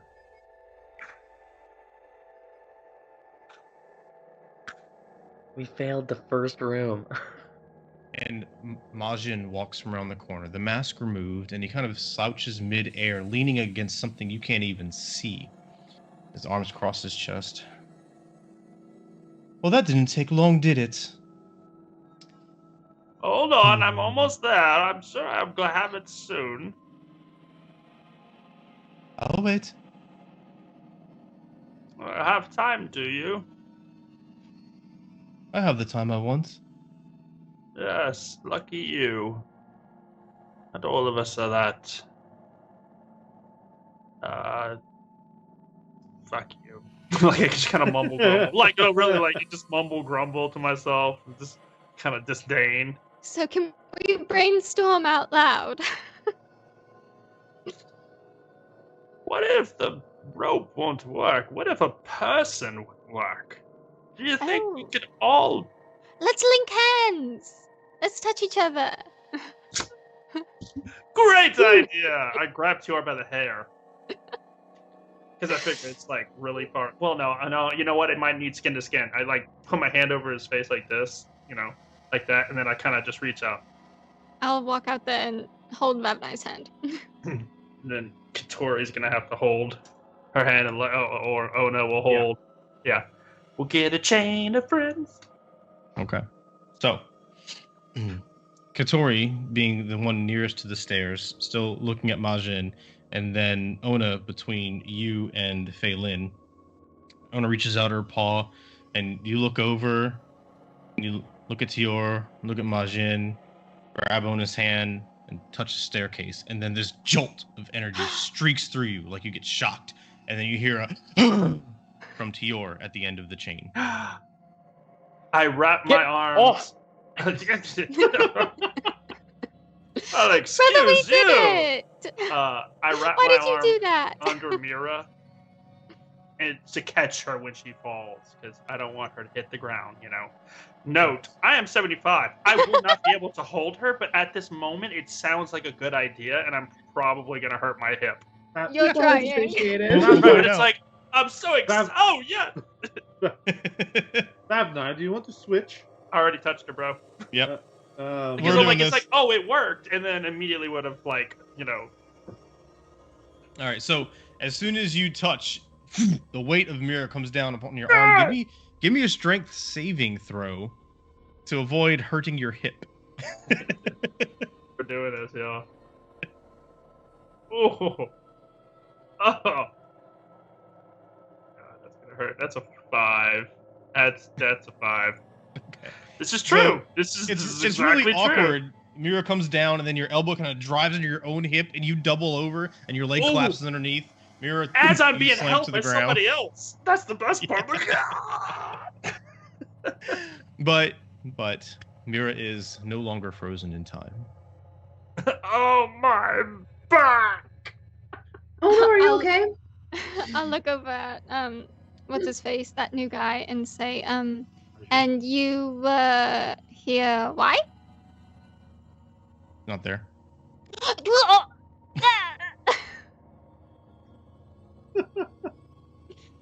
This bitch. All right, I'll be honest. Not my proudest moment. Yeah, bad choice, buddy. Why don't I let you magic users take the lead in whatever is above Well- that staircase? Brother, I know that you had like a point. I could see what you were going for. No, Phelan, don't do it. Just don't give him the benefit of the doubt. That was a very poor choice, and I just walked to the staircase. What part of no sound did you not understand? I was trying to Ah, disarm Just- the thing. I'm not even looking I'm at not looking both at of you anyone, because just walking 2 of towards you the did it, staircase. and I'm like, just. I'm hoping that I am not old when I get to the staircase. No, as soon as the magic is dispelled through the chain, the creature rope, as it were, which is essentially what you guys did. Yeah, no, your age returns to normal. You regain the lost time. You're no longer slowed. Everything's back to normal. What I like is Like that you all those- basically look the same, no matter Yes. what. We're like one of those monkey ropes where you tie the monkeys together by the Mhm. arms. Yep. Okay, Tio, I'm going to untie this rope from your body now. It's all right. I like Tio was like, you know, Tio was already sort of like orangey and red and that sort of thing, very autumnal. But now his face is also very orange and red. Oh. So shall we go to trap number 2? Circle sound. X. Oh my back! Old man on the ground. So do I'm we not- think that guy is just having a laugh at us, like watching us? Absolutely. Okay. So let's give him a show. I'm Okay. gonna pick up Abnai.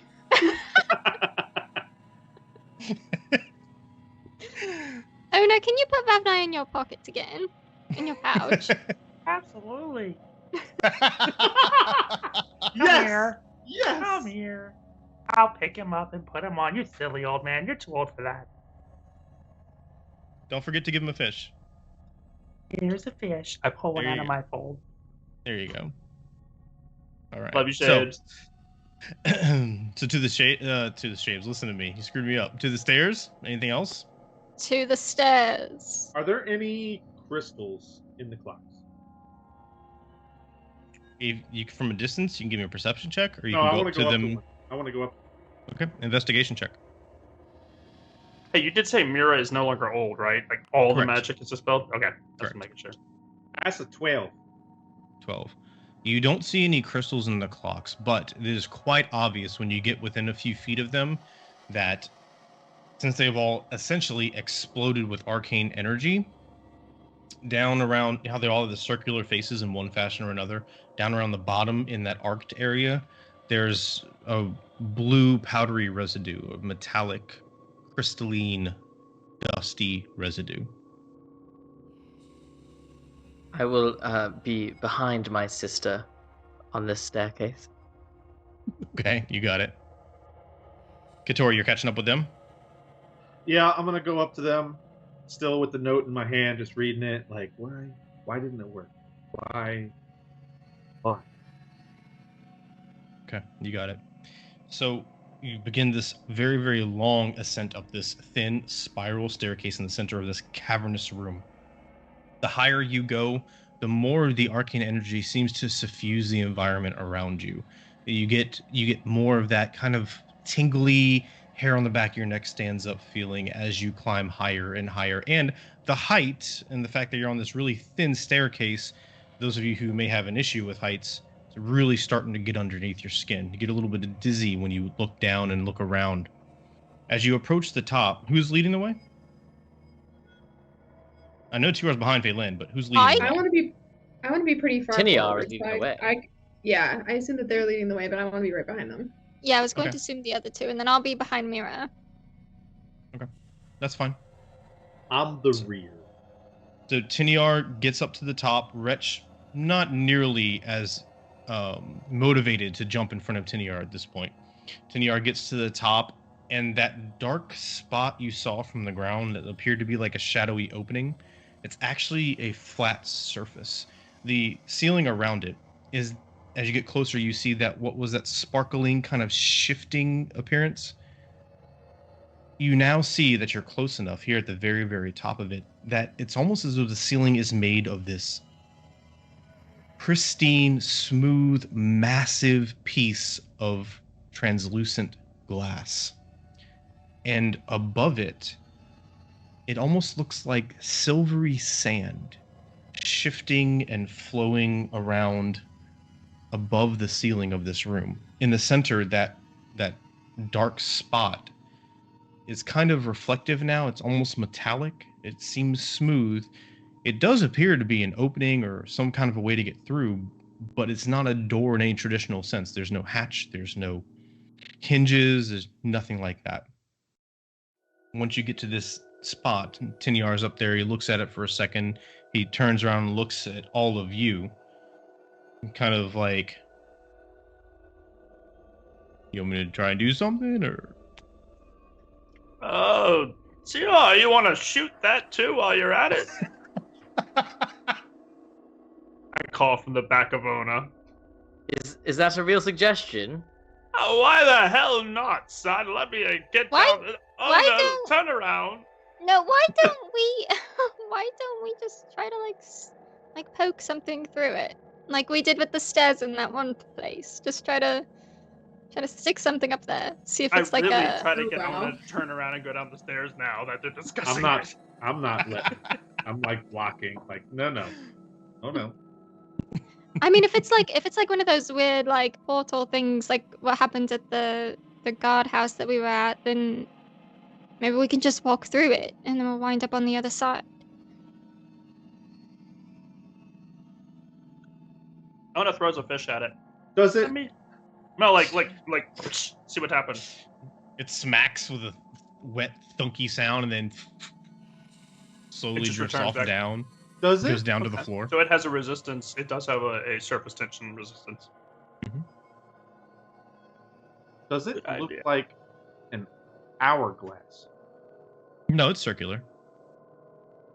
Was that your No, question? no. I mean, like, I get the circle in the middle. Okay. And then everywhere else besides that dark circle is glass, right? Mm-hmm. And then it looks like sand. Mm-hmm. So I'm saying, would I think it would be an hourglass? So Okay, paying at closer, the bottom of the hourglass. right? So paying closer attention, you see the shifting motion. It does seem to be going in a relatively circular fashion. Now, at the bottom of an hourglass, if the sand's down there, it's kind of stationary and packed in. This Right. is shifting and moving, but it does seem to almost be moving in a funnel-like fashion, if that helps.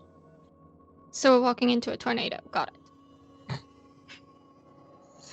Oh, Could Sandy. I want to touch it with my hand. She's got to Okay. touch the butt. I'm gonna Ba- touch the butt. Balin creeps around the edge on the guardrail, Sound making like- her way to the front.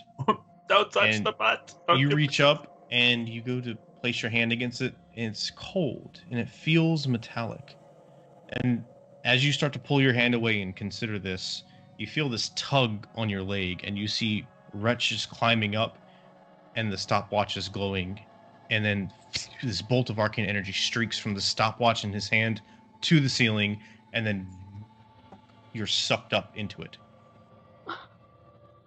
Just And me. now- I rushed back. Wretch goes with you because he was holding on to your leg. The portal is now has this kind of bluish and silverish light. It's almost like a vacuum tube. It's conical.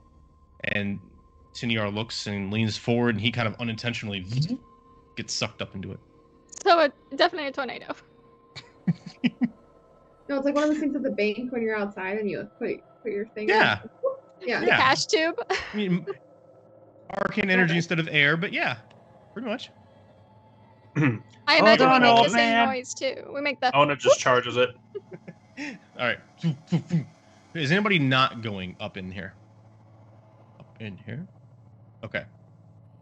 All right. So one by one, y'all get sucked up into it, and you kind of rise up in the air in an entirely different room and slowly get settled down. And then the next person comes behind you, and they get placed like next to you, and then next to that person. You're all getting kind of evenly spaced out in here. Looking around, this room is just as tall, but otherwise it is remarkably different. First thing that catches your eye is there is no grand staircase in the center of the room rising up to the next level. There's clearly a next level. It's clearly 100 feet up, but there's no staircase there. Instead, the walls in this room, they have that same single unmarked piece of glass, like 4 massive panes of glass on all sides, and the floor beneath your feet is the same. And you see this silvery sand-like substance drifting down from all the walls, like a permanent waterfall coming down all of the walls, going down beneath your feet and swirling slowly around beneath the glass floor. In the center of the room, you see 5 peculiar-looking clocks. They are arranged in almost a star-like fashion. Each one would be kind of like the tip of a star. And 3 of the 5 have clock hands on them. 2 of the 5, the clock hands have fallen to the ground for some reason or another. Around the edge of the room, normal height, you see various bookshelves, and then there's tables, and you see all sorts of tinkering tools and gears and nuts and bolts. This is almost like a workshop. You see strange clock or timekeeping type devices stationed throughout the room as well. Over on the left-hand side, the wall through the glass, there's like this concave glass bubble. It's almost like a window into the outside world, except it's kind of hazy and shimmering as well. You can't see quite clearly through it from this range. And then on the far corner away from you, the front left corner, there's this metallic ringed, very large device with arcane electrical energy zapping and bouncing between all the coils. And periodically you see a single streak of energy jolt this lamp type structure nearby, and it glows with each one.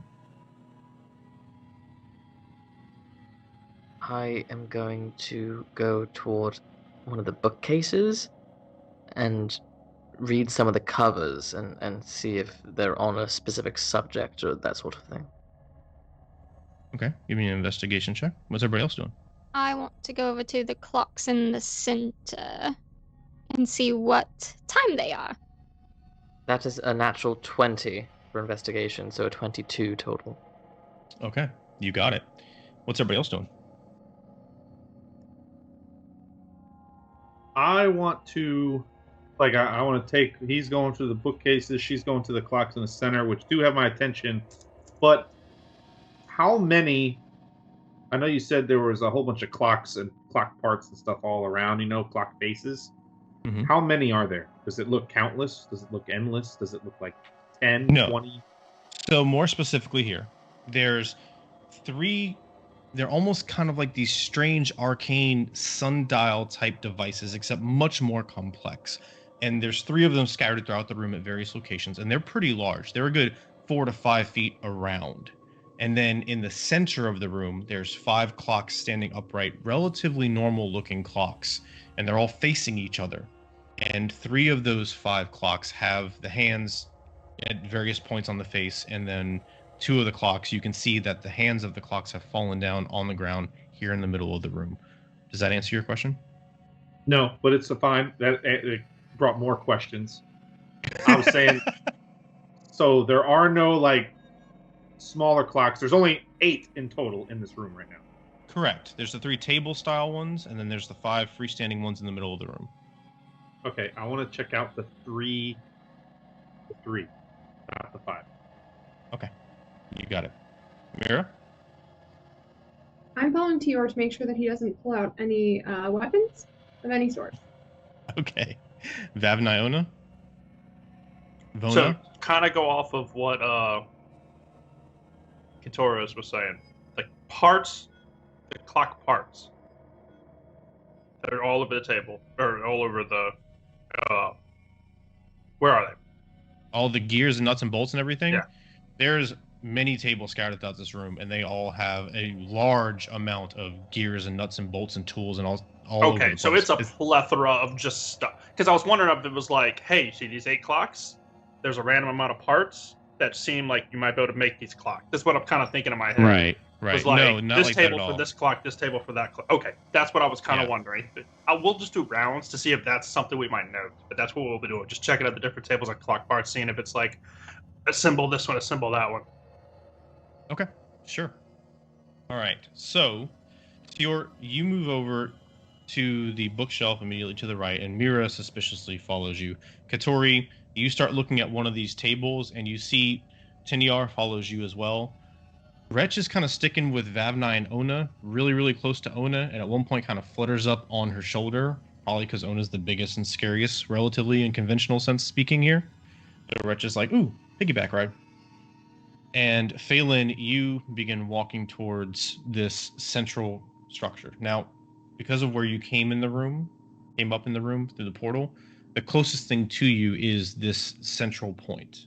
You were kind of like maybe 10, 15 feet away. So everybody starts to disperse, and Phelan, you start working towards the middle. Okay. Setting the scene here, because make sure everybody's understanding. You get into the middle, and you start, because all the clocks are facing inward, and you start looking around.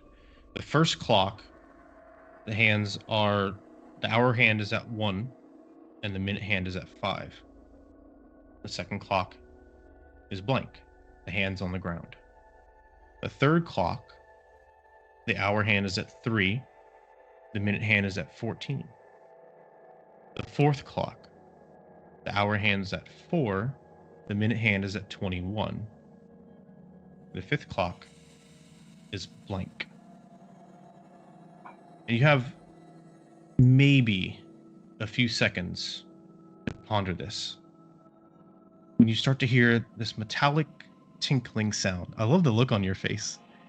You hear this metallic I've just never seen tinkling a sound. clock that goes up to 21. Hour on 4, minutes on 21. 21 minutes in an hour? There's 21 minutes in an hour. There's actually 60 of them. So the one that's the minute hands on 5 is not 120, it's 105. Correct. Carry on. Okay, so you hear this metallic tinkling sound. And you have to kind of move your head around the clock to see where it's coming from. To your left, you see Vavni and Ona are walking towards one of these tables that has all the nuts and bolts and gears and tools on it. And they notice it as well because it's coming from right in front of them on that table. The nuts and bolts and tools are starting to vibrate. And then they begin to kind of coalesce. And then another table on this side of the room. And another table behind you. And within a matter of seconds, all of these gears, all these nuts and bolts and tools and all the tables are start to fly through the air, slamming each other, forming this ball in the center of the room before with a blast of energy. These massive steel wings, a long falcon-like body, and a sharp beak with 2 clocks for eyes, a gigantic clockwork falcon springs into the room and screams in your direction.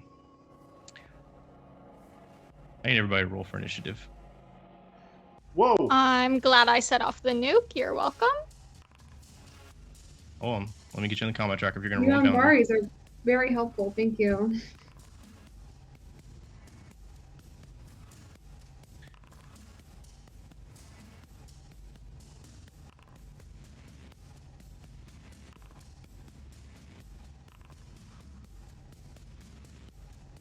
Right, so... I just want to point out I got a 12 out of 10. If you want to change that if it... You got it. Thank you. All right, so... Mira, what'd you roll? 7. 7, you Putting got these it. dice in dice jail. Ona, what'd Ona roll? Ona rolled a 13. I rolled a 22. I rolled an at 20. Yay. Beautiful. I need to roll for... Tior, what'd you roll? 16. You got it. And then Wretch and Tiniar have to roll. That's not a d20. That's a d12. You're an idiot, Joe. Tiniar rolled an 18. And Wretch rolled a 4. Poor guy. All right. So, you see the map. Ilan, you were right in the middle. Tior, you were going off to the right. Katori, you can pick either one of these 2 tables in the south. Be going to. I know that Okay. Mira was following Tior. Ona and Vavnai, y'all had made your way over here, along with Wretch. And Tiniar was with Katori, I believe I said, correct? Yes. All right. Is there any confusion about your placement on the map? Speak now or forever hold your peace. All right. So, with a massive gust of wind, these wings beating, books are flying, the little pieces of gears that didn't coalesce into this form get scattered from the tables around you. It opens this metallic beak, and you see gears and razor-sharp metallic teeth vibrating and spinning inside its mouth. Vavnai, you're up. What are you doing? First off, I'm going to scream obscenities at whoever the hell set this off, and then I'm going to cast Eldritch Blast at the closest clock. At the closest clock?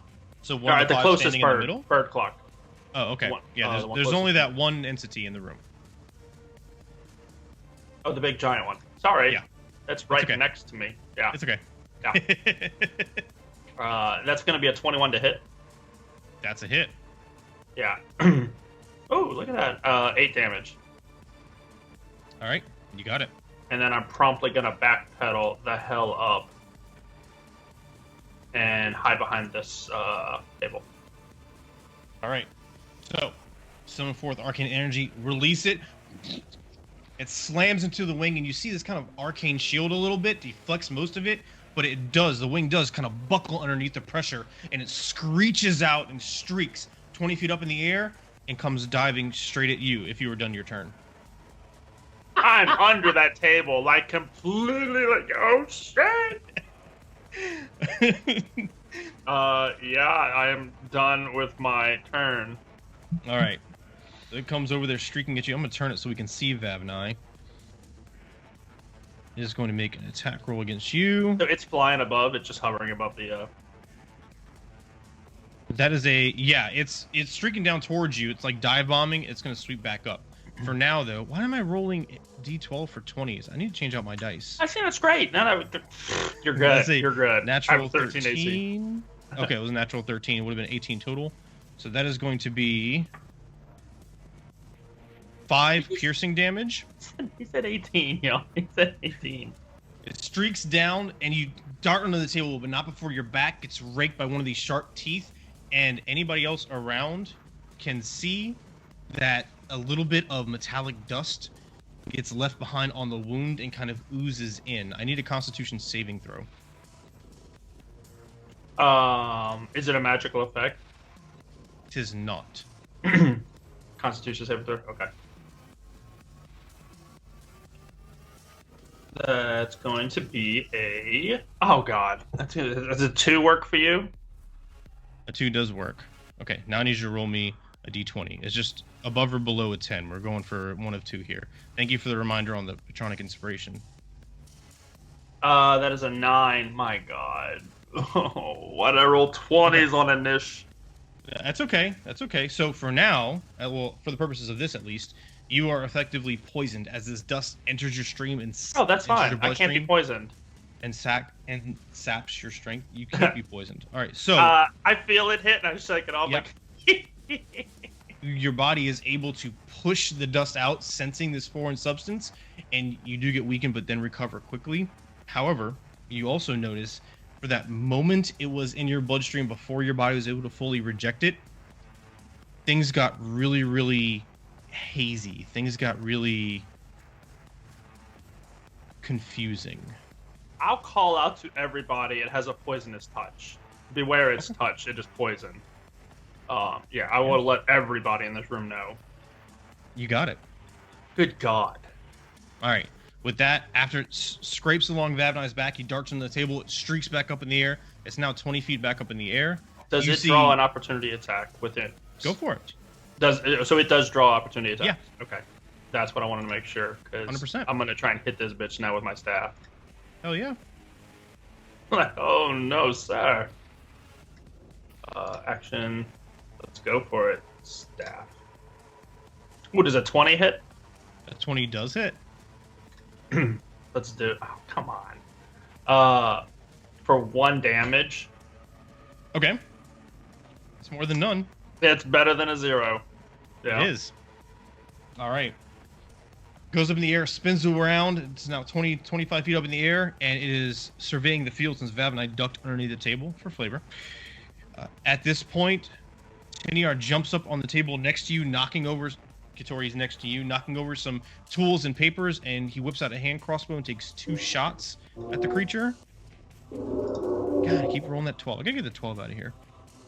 Damn, he rolled good. That is a 22 to hit and a 23 to hit. Way to go. All right. That's going to be 15 points of damage. All right, so he hops up there, takes a hand crossbow out. This thing streaks around. The wind's beat. He has to hold his place on this table, burrowing down, brings that crossbow up just as it's looking at you, Kitori. You see him hop up and jump on your shoulders, and as he does so, with quick succession, 2 crossbow bolts slam out, bury into the eyes of this creature. It shrieks out, and then starts to fall apart in a clump on the ground. He hops off your shoulders, looks at you. Tior, you're up. What are you doing? So, sorry, the creature's just a clump on the ground? Disassembled on the ground.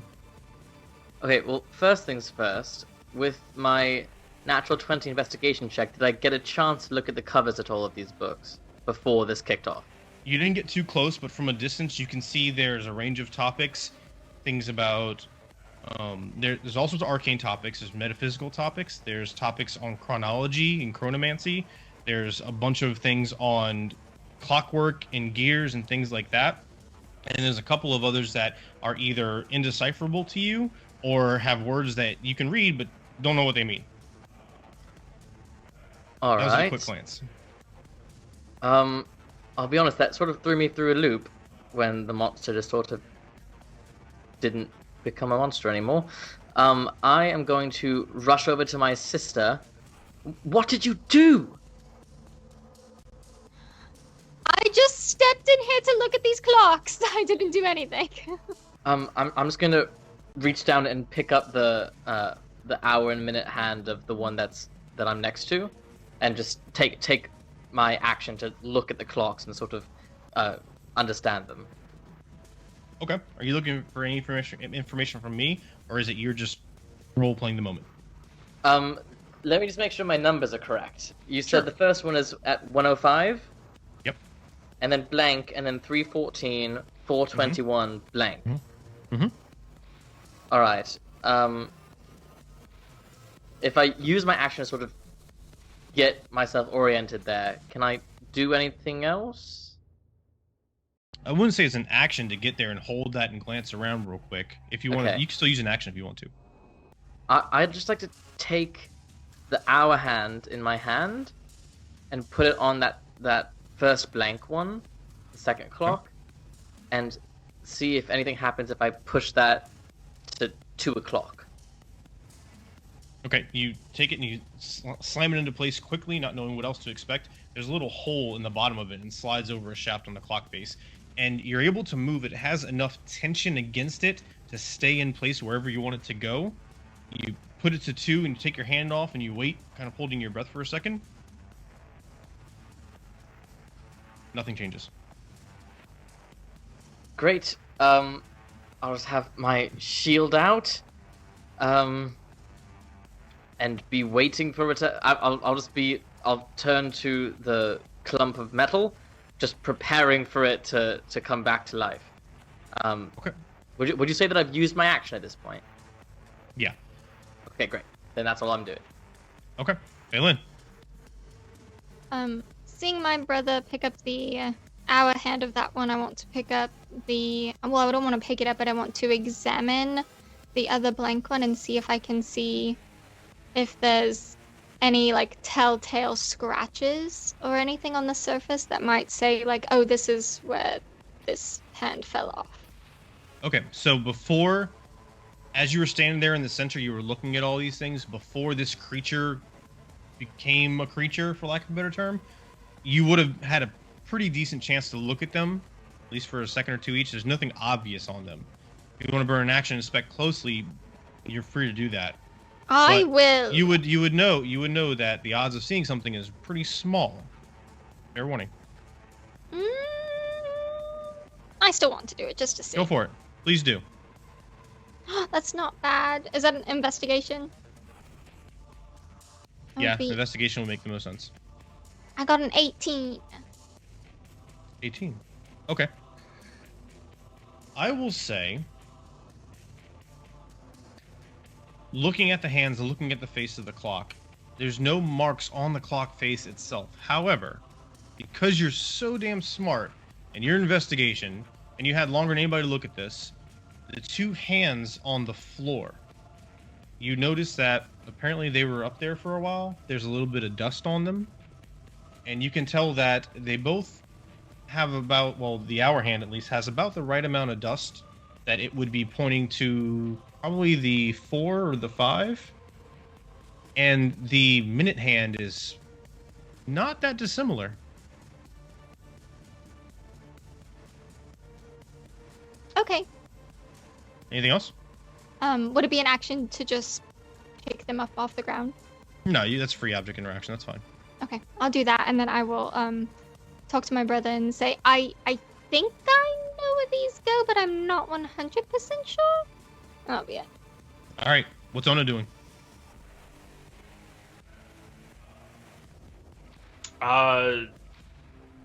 She's gonna run over to the clock to try to see where she can help. What do you need from me? And then try to discern the patterning if there's any.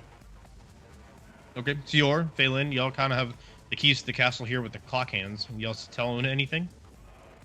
I'll say, the hour hands might be going up by 1 every time, but I haven't cracked the minutes. Sister? Well, the minute hand for this one looks like it could be at the 5 as well, like a 4 or 5. But I can't tell. It's confusing.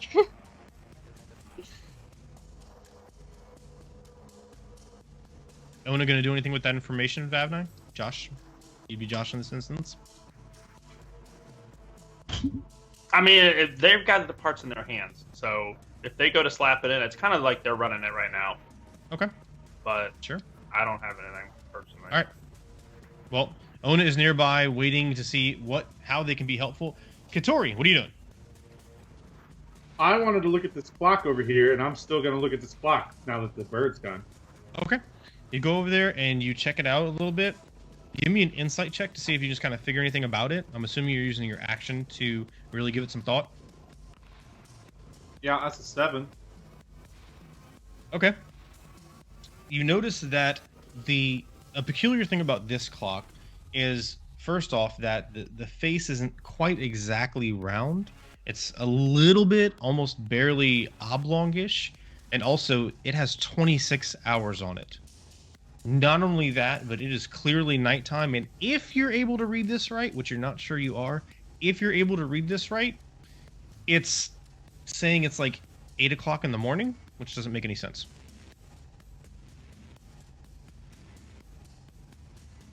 All right, I will abandon that clock and go to the next one. Okay, so you can dart over to the room to this really, really peculiar, large, colorful clock, and that's going to be the end of your turn. Mira, what are you doing? Great question. I'm just gonna also go to the one that Tori just went to.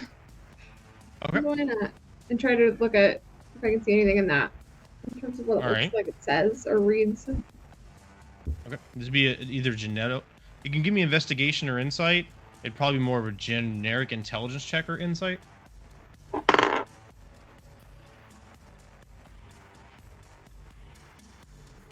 Very intelligent. 16. 16. Okay. What immediately jumps out at you is that this clock has multiple axes of rotation, not just a single point in the center with hands that go like a traditional clock does. There are multiple different shafts coming out of the center of this thing, and depending on how you manipulate them, there is a rotary wheel that goes around the edge, and then there's a hand inside of that, and then a wheel inside of that. It's very, very complex. You can discern that the numerical markings on this do not correspond to a time of day. That much you're sure of.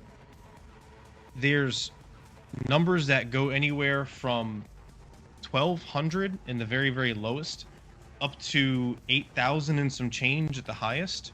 And there's literally hundreds of tick marks between them. And then on the center ring, it gets a little bit more fine-tuned. And then the third smallest ring, it gets a little bit more fine-tuned. So you could go anywhere from 12 to 8,000. First glance looks around 8,600 and some change, something like that.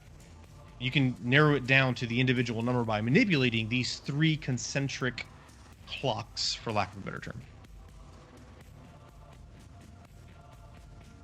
Can I just try to move move one of the hands and see if it, see what it does? You can. Like, reacts at all? You can. What's your passive perception? Not much. 10. Okay. You reach out and grab the largest handle to spin the first largest ring, and as you twist it around, you don't see or feel anything with the clock or anything immediately around you change, but you kind of rock back a little bit and kind of but as your eyes shift up doing so, you realize that convex bubble in front of you, carved out of the wall, the one that's looking outside, the image has changed. Noted. All right. So, Wretch is staying on top of Ona. Wretch has no idea what the fuck to do, but he is shouting obscenities. He is frustrated, and he wants y'all to figure this out so we can get out of here, because he doesn't like that giant, scary, metallic bird thingy. All right, Vavnai, what are you doing? I call out from under the table. Wretch, what time is on your clock? On your watch? 12 o'clock. Has it moved, or does it always stay at 12? It's been at 12 o'clock since Sarvish died. Oh, that's no use. Thanks. I just prepared to attack if the bird comes back. Like, I will sit there and just constantly just channel Eldritch Blast, just waiting. Okay. As soon as it appears, I'm firing. You got it. Well, you don't have to wait long, because as soon as you ask him that and look back, the gears start to rumble and coalesce, and It rises back up in the air, and it is back on the prowl. You go ahead. You have your prepared action. Go ahead, Vab9. Does a 14 hit? 14 does hit. Can I really hit it? Because, like, as it was coalescing, it's a nice, big, beautiful ball. Yeah, you can. Of course you can. Damn it, that's a 2. All right, you got it. Force damage. All right. As it's flying up in the air, another ball of Eldritch Energy slams up. It gets knocks it even higher and is up there, wings beating. Did anybody else? I don't think anybody else was prepared for that. Where they weren't doing anything regarding that? I don't think so. All right. Tiniar's up.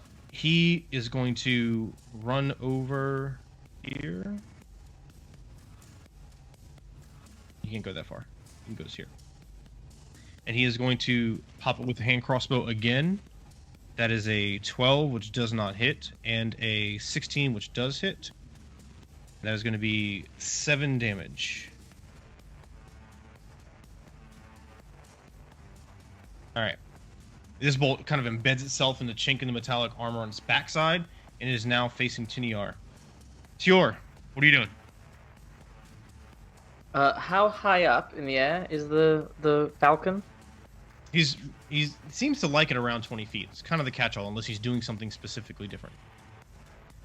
All right. I'm going to weigh my options, and seeing what my other party members are doing, I am going to turn tail and run. Okay, that would trigger an opportunity attack. You would know this. Well, no, 20 feet in the air.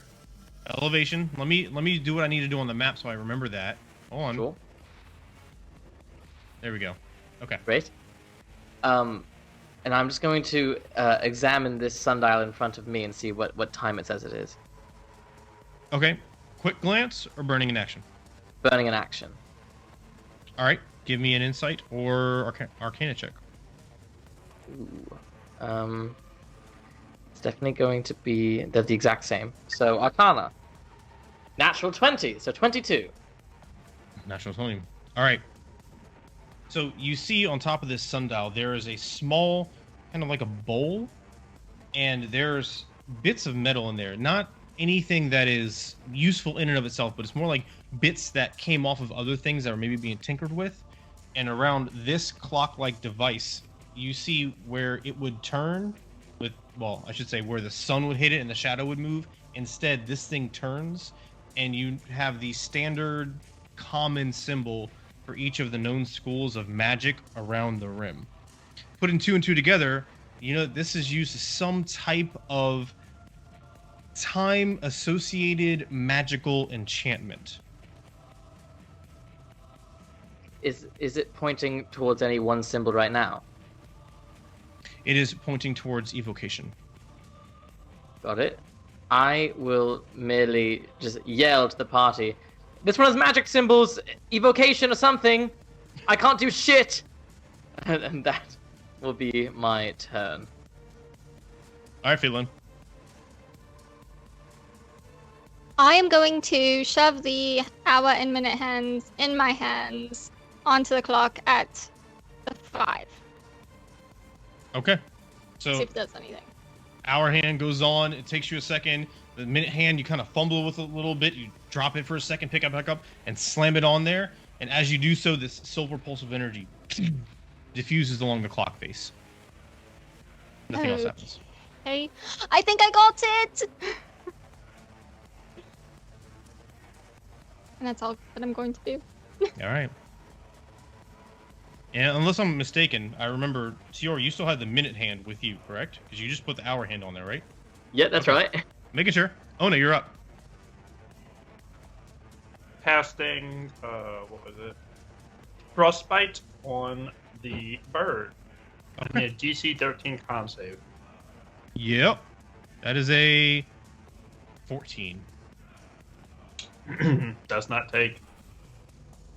Actually, hold on, let me double check something. Make sure it wouldn't have been higher, just because. Okay. Yeah, it would have been an 18. Okay. All right. Anything else on it? That's it. All right. Katori, what are you doing? Oh, so I definitely saw her moving that thing. Did I also see that change in the Yeah. bubble? You would have seen it. Okay, so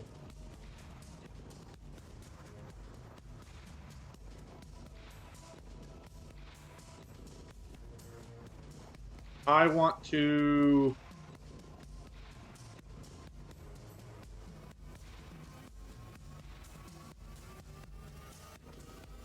Yep, I'm gonna. Yeah, how far did it change? Like, how far did it move? Did it move at all? Did I see what it changed to? Not with Like your the passive clock? perception. Not with your 12. passive perception, no. Oh, wait, what are you talking about? The thing that Mira's interacting with? Yes. How far She- did it move? So she moved it around the outside, maybe 10% of the way, but on a scale of 12 to 8,000, that covered like 1,000 digits. So, Right. Okay. All right. I'm not gonna do anything with that.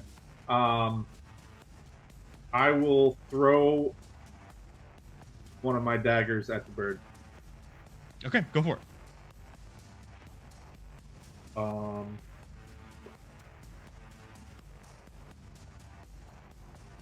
That is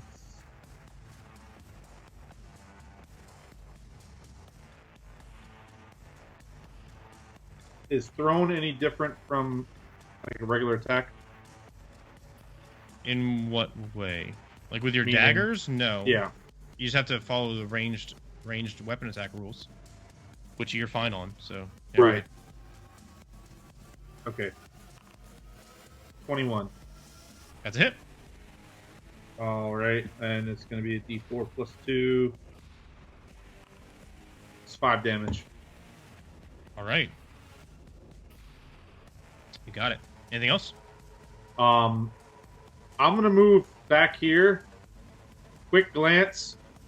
She moved that clock. Did this clock move? It did not. Okay. That's it. I just keep some space. All right. He's going to burn his legendary reaction. He's going to swoop over at you and make an attack against you. And that is a 21 to hit, Katori. Yeah, that's a hit. And that is going to be 5 piercing damage, and I need a Constitution saving throw as the dust enters the wound. That's a 10. All right, I need a random d20. Looking for higher or lower. Lower. All right, so you are poisoned. Remember what that is? Disadvantage on basically everything. Attack rolls and ability checks. Yep.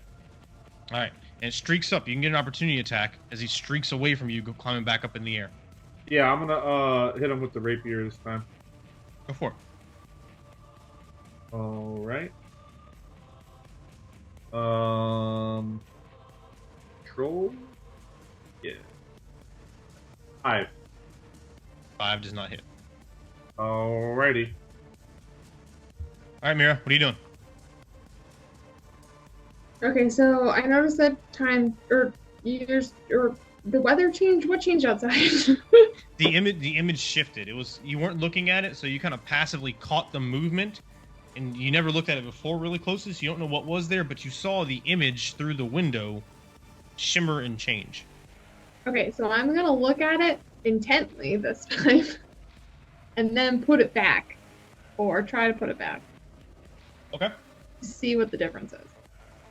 All right, so outside you see frozen tundra, and you see a rocky crag coming from the left-hand side and scraping through this tundra before opening out to the sea. But the sea is low. The sea is recessed. It can't come over the crag into the center of it. It's kind of like a shoreline. And then you're going to move it again? Yeah, Okay. How far are you going to move it? the same distance. Okay. And you look at it. We'll consider this whole thing your action. That's fine. You look at it Yeah. again, and you see that the water has risen a little bit. Same scene. The water has risen a little bit. The snow has started to disappear in patches surrounding this central massive rocky crag. Do I notice the difference in numbers, or like how far, what the distance is that I moved it? It'd be about 1,000, give or take. Okay. Noted. Okay. All right. Wretch. Wretch is on Ona's back. Wretch is going to instantly, now that this thing's flying around again, go invisible. Ona, you're going to feel the weight come off your shoulder, and you feel the beat of wings. And you don't know where Wretch is anymore. All right, Vavnai. I'm gonna flick my staff open just to make sure in case that thing comes back to me, and then I'm gonna shoot it with another Eldritch Blast. Go for it. Oh my god! I missed 4 blades in that one. That is a horrible miss. But you do slam into the bookcase just behind Katori's head with a loud... Let that be a lesson to you, bird. All right. Let's see. Katori's right in front. Harry attacked him. Roll a d20. He's going to go after... Was that all you were doing, Vavnai? Yeah, that's all I'm doing. So he swoops down over to Tiniar, who has his attention with that crossbow. He's going to make an attack roll against Tiniar. And that is a 16 to hit, which is a hit. That's 7 damage. Constitution saving throw for Tiniar. That is a 9, which fails. D20. Okay.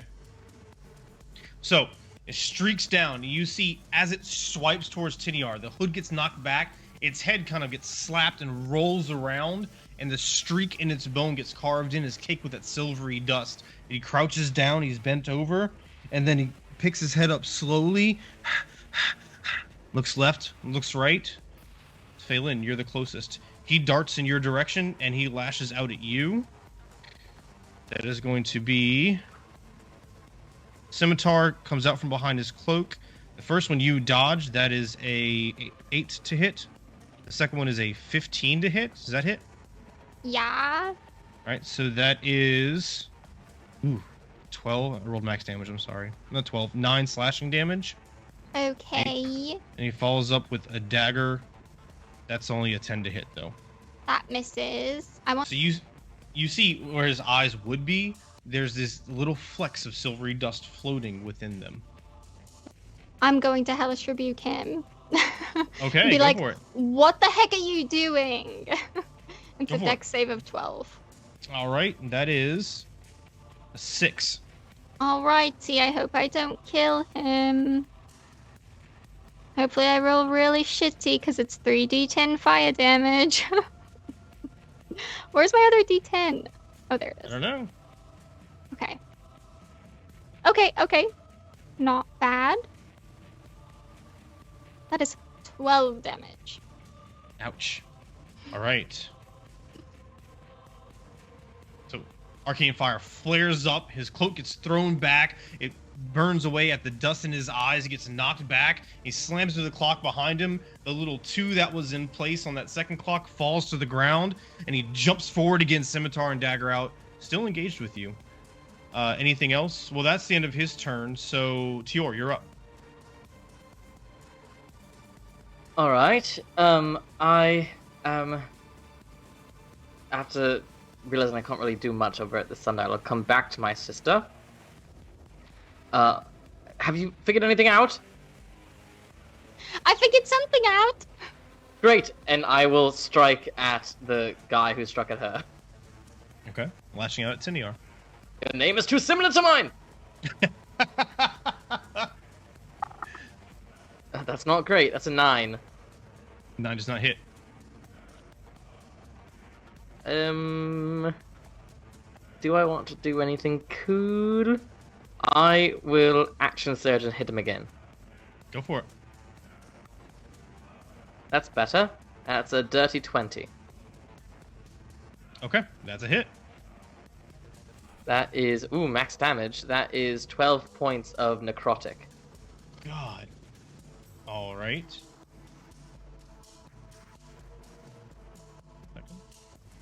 Okay.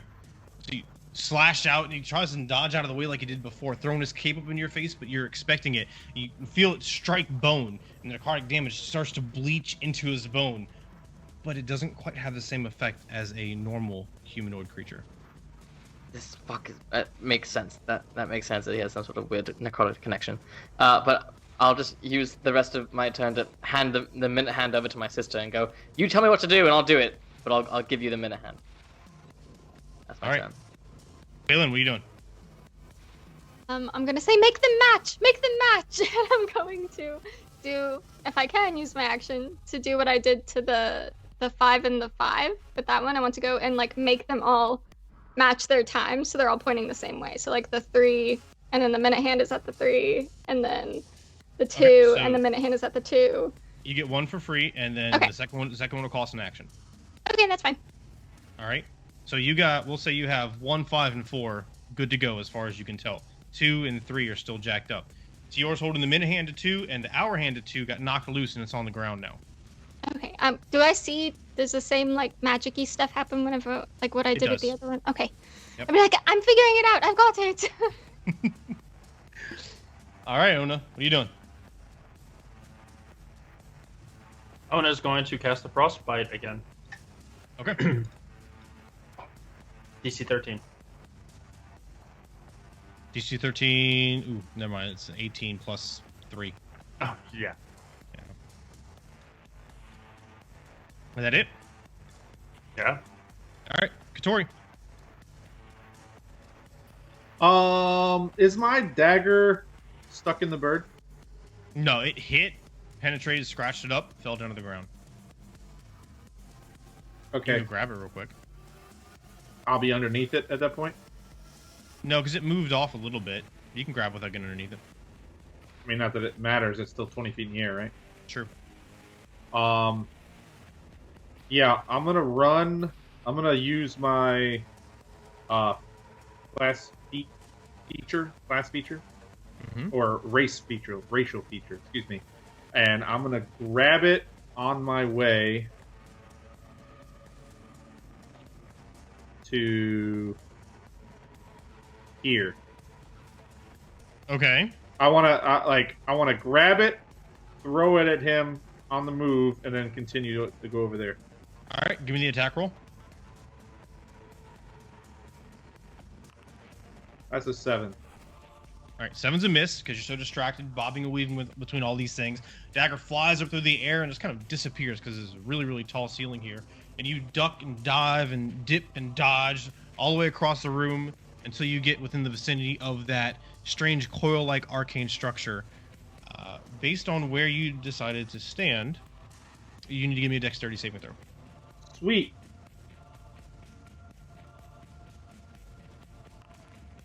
$19.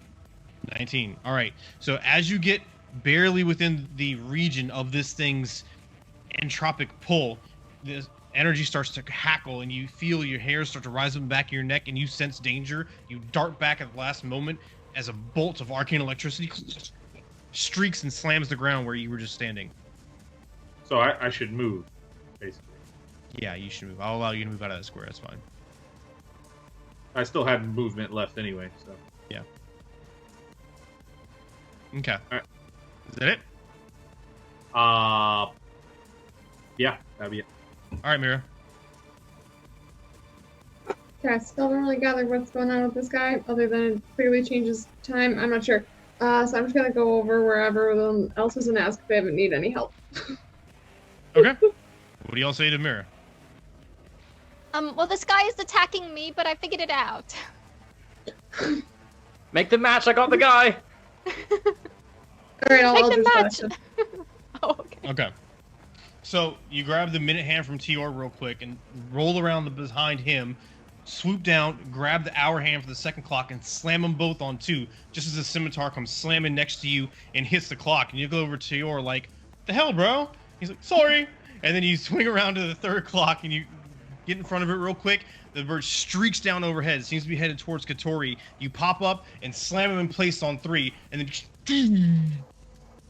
the electrical energy from the coil dissipates and the lights in the room completely go out. And you feel and hear ting, ting, ting, all the metallic pieces of this bird just disperse and clatter to the ground around you. And then all of you in the center there, the ground begins to rumble beneath your feet for a second. You take a quick step back, and dust comes shooting out of the floor and coalescing into one of these dark spiral staircases straight up 100 feet into the ceiling as the light returns to normal in the room. And that's where we're going to take our break. I told you I figured it out. Easy peasy. Y'all got it. And no one died. It did. Almost. All right. Almost, but almost doesn't count. All right, everybody. We are going to take our break. We'll be back in 5 to 10. Bio, snack, stretch, all that good stuff. I hope you do the same. Please don't forget. I didn't forget about Patronic Inspiration. Still sitting on that. I'm trying to save it for an ocean situation, but I'll definitely use it tonight. But please feel free to invite your friends, support the channel, all that good stuff. We'll see y'all when we get back, all right? See y'all in a minute. And we're back. So, as the normal light returns to this room, you notice over in the corner that the coil that was lit with all that arcane energy has since kind of fizzled down. It's still pulsing every now and then, but relatively tame compared to how it was when you first entered the room and during the ensuing battle. Standing there, the dust still climbing up and forming this staircase. It hasn't quite made it to the top yet. You take a second to gather yourselves and look around. And you hear in the room, softly echoing from everywhere and from nowhere, a subtle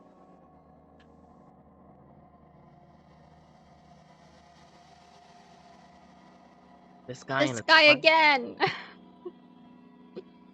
Do we see him this time? No, he never appears.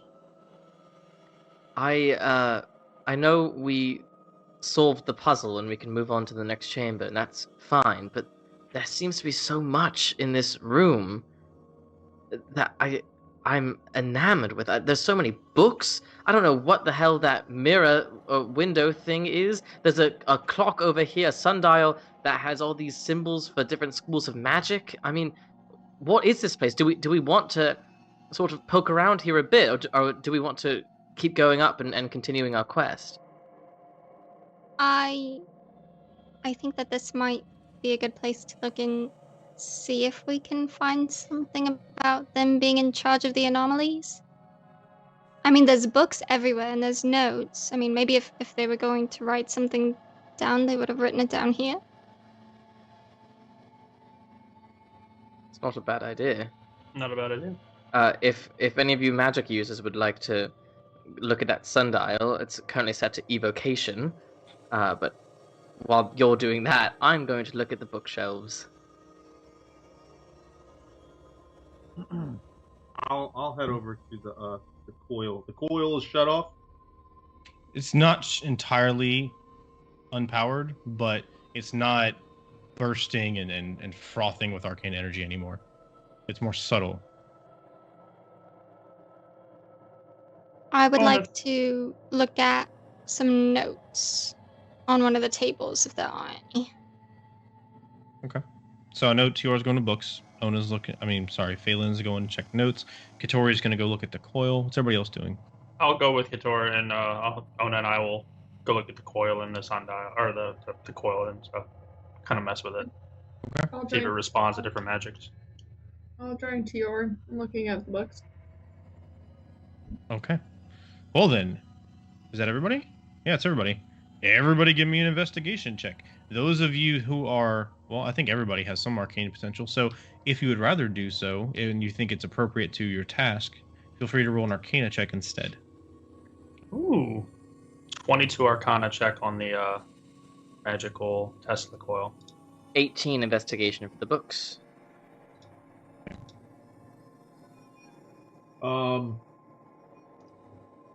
23 arcana check for the notes. Okay. 22 arcana check for the sundial. I rolled a 10 for investigation. Almost. Mira, what were you saying? But I rolled a 10 for investigation, so. Okay. Ona 13 investigation. Okay. we're going to kind of piece all this together as best we can here. For the only question I have really is for Tior. Is there anything in particular you're looking for, or are you still just kind of getting the lay of the books and etc.? I know a lot of these are books about time and that sort of thing. But specifically, I'm looking for two types of books. I'm looking for books about creating time vortexes or anomalies or anything that could point to the sort of things that we've been experiencing in town. And I will also be looking for any books about Evermore patrons specifically. Okay.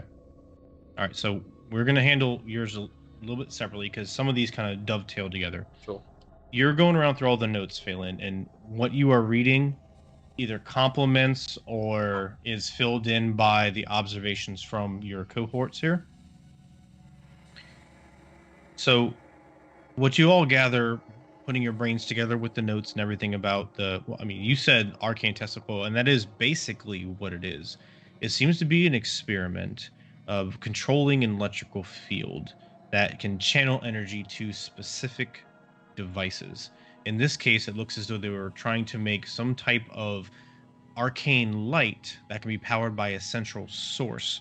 So the potential applications in the notes, they go on to say, would basically be, rather than having to cast individual spells and maintain individual spells for each individual instance of magical light, you could instead focus your energy into one and maintain that one, and then set up magical receptors in different areas with different functions to channel that energy throughout.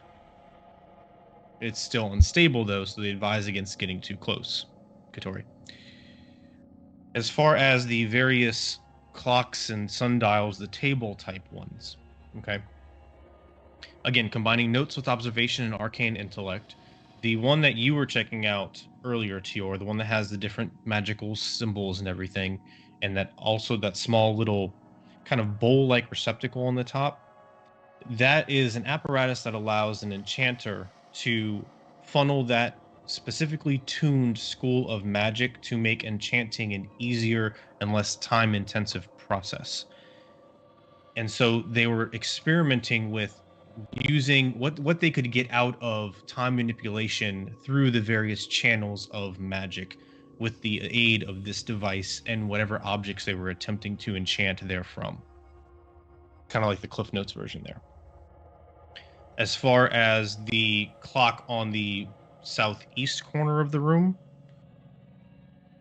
that one, it had 26 hands on it, and the time seemed to be different from the current time. Phelan, you go and you inspect that, and you're looking at that with whoever else is over there at the time. And you see emblazoned on the side it's almost like an inscribed image. You see a couple of trees at a certain distance and perspective. You see this small pool of water and a couple of like slightly hilly terrain. And you've seen this image before. You've seen this image when you were growing up in Sweetness Hollow, in your various books and things being raised as the good daughter you are for your family's station in your community. This is essentially a portrait of one of the key locations of the Feywild, specifically that from the area around which your people came. The third clock, the one with the multiple rings and interacts with the window, based on the notes, playing with it a little bit, not too much because you aren't really sure what it does. This clock is able to bend time so that you can view it. You can view the past, at least, and it goes all the way up to the present. But it seems to be in a fixed location. And as you proceed through the various dates, you can see, going around the circle, the frozen tundra, and then you see the water rise, you see the snow melt, you see the mountainous cliffside off to the furthest left point of view in this image, split and sunder, and red fissures like spider webs climb down it. And you see this black water pour forth and fill up the crag and dispense into the sea. And then a few hundred years later, you see small little wooden and hide shacks and huts and things start to sprout up until eventually you get to modern day Yon'Cath from the perspective of Mogoro's Perch.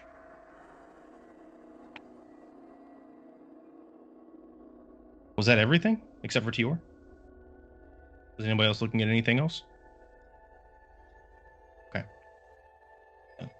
Tior, I know you're looking for information about the patron Mogoro, that's who y'all know to be the patron of the Evermores. And you were looking for anything about the anomalies, correct? Mm-hmm. Okay. So, spending a good 15-20 minutes perusing through, you get the sense that the vast majority of texts here within this area are there to either facilitate research and tinkering and enchanting and things like that, or are compilations of notes derived there from those activities.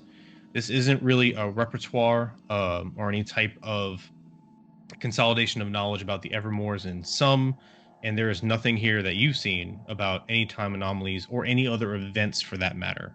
It all seems to be research and crafting focused. I will say, in any of the books on Megoro, if I were to sort of like pilfer through some of them and skim a bit, are there any sort of books I could find about like Megoro as an entity, like where Megoro is said to reside, or anything about Megoro specifically, like that? Okay. I'll give you a little. Well, you rolled really good, didn't you? Wasn't it a 20 something? No, it's an 18, I think. 18. Okay. All right. So here and there in the footnotes and like the side piece information, like the little handwritten notes in that's supplementary information, you'll see sometimes they'll say Megoro or the mistress or our patron, various ways of referring to her, just returned from the Shadowfell, just returned from the Celestial Plane. So you do gather that Megoro seems to get around and do some plane hopping at the very least. You also do get to understand that when she returns back here, they refer to this as her home. Whether it is not, or that's what she tells them. You don't really know the context of it, but it seems as though she travels a lot, and not only that, but she can project herself from one plane to another, residing one place, but having her intelligence and everything but her corporeal form and her powers transcend. She can still communicate in the equivalent of an arcane form of a holograph.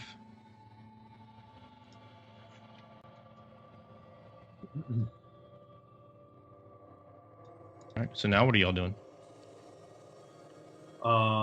I'll start going back to the center with where everyone else, I guess, where the staircase would be. As I pass this, is there stuff on these tables right next to me, or is that more junk? Okay, so yeah, there's things on the tables. First off, you guys don't have to worry about the map anymore. But upon them, there's nothing. There are things of value. Okay, there's things of probably arcane value, artificing value, tinkering value, etc. They all do seem to be consumables or tools and different apparati for enchanting, crafting, tinkering, stuff like that. So there doesn't seem to be anything relevant in particular to your quest outside of things you might want to pocket just so you can make some money if you want to try and steal from the Evermores. Be my guest.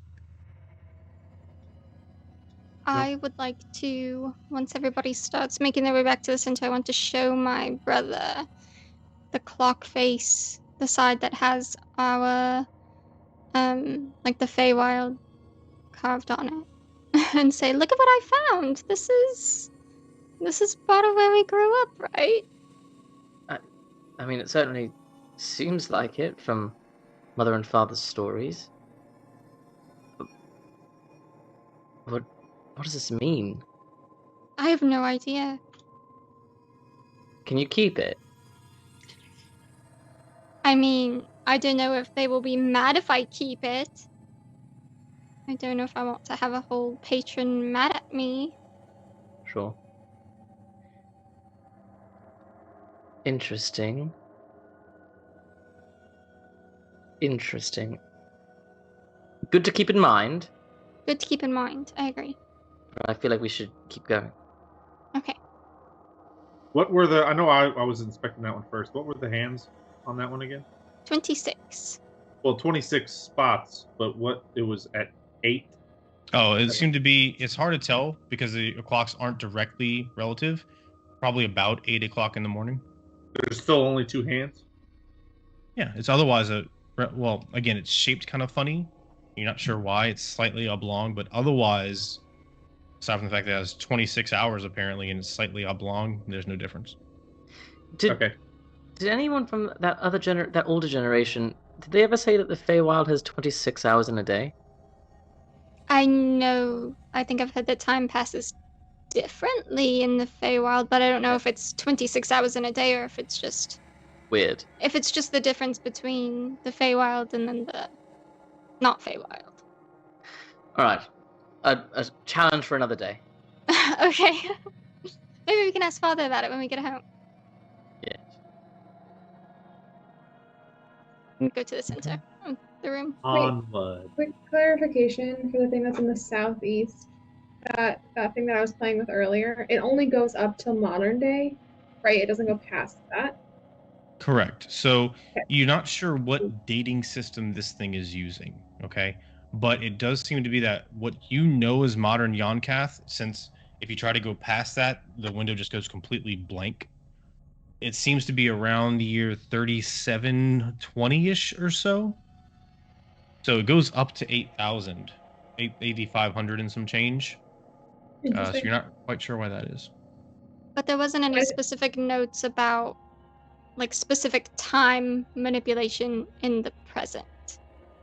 Right, No. but my nearest thought is all that vision that we saw, if we could maybe see if that's like essentially inevitable through this thing or not.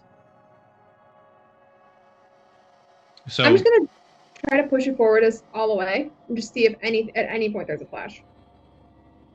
okay, continuing on past, you go past what you know to be modern time, and again, it's just completely blank the entire way around, all the way to the maximum setting. Okay. And but again, kind of between the notes and y'all's arcane knowledge and you tinkering with it like that, you'll get the sense that this is more of a you can view a snapshot of the past from this location, but it doesn't go past the present. Okay. Shall we? Okay. So, once more, you continue to rise up these extremely tall, narrow stairs. Tyrion, listen to me. Tiniar and Wretch, they don't want to be in the front anymore. They're willing to go along. Wretch is kind of hiding behind Ona, but Tiniar's kind of like trying to play it off as though he's being very courteous and allowing somebody else to go first, but he's not going first. So he's kind of backing up a little bit. He seems just kind of shaken by the whole thing. Maybe he's a little more intense than he thought it was going to be.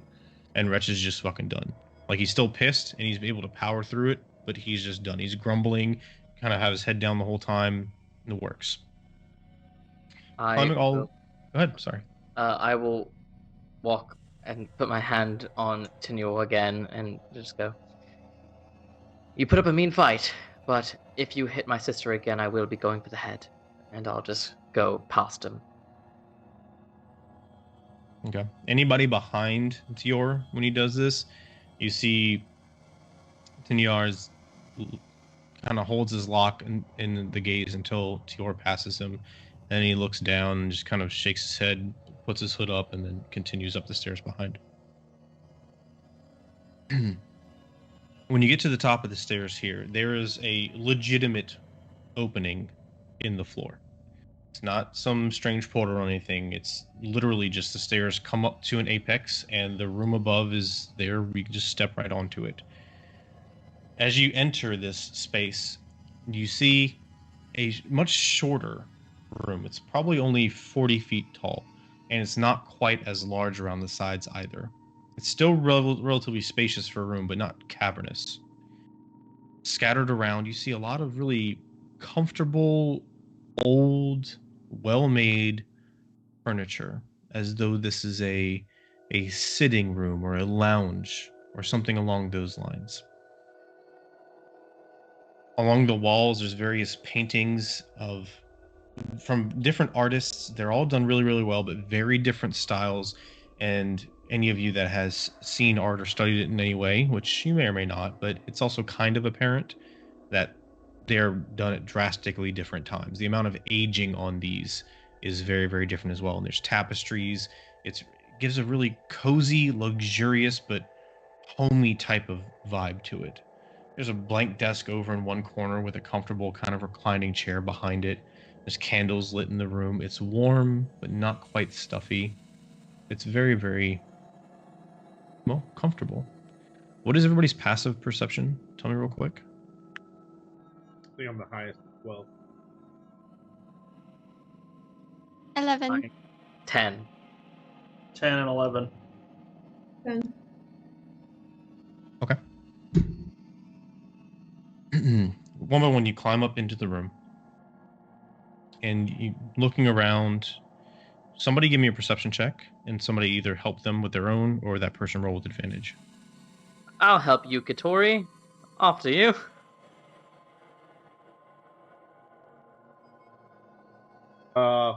That's a 15 for me. I'm sorry, I was giving you advantage.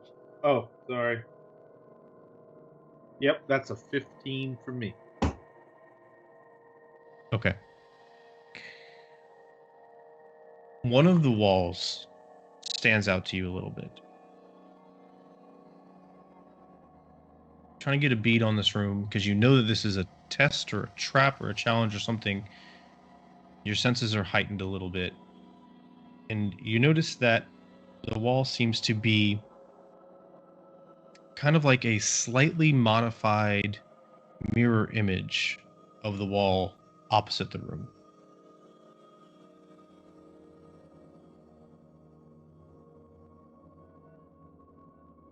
Are both those walls the same?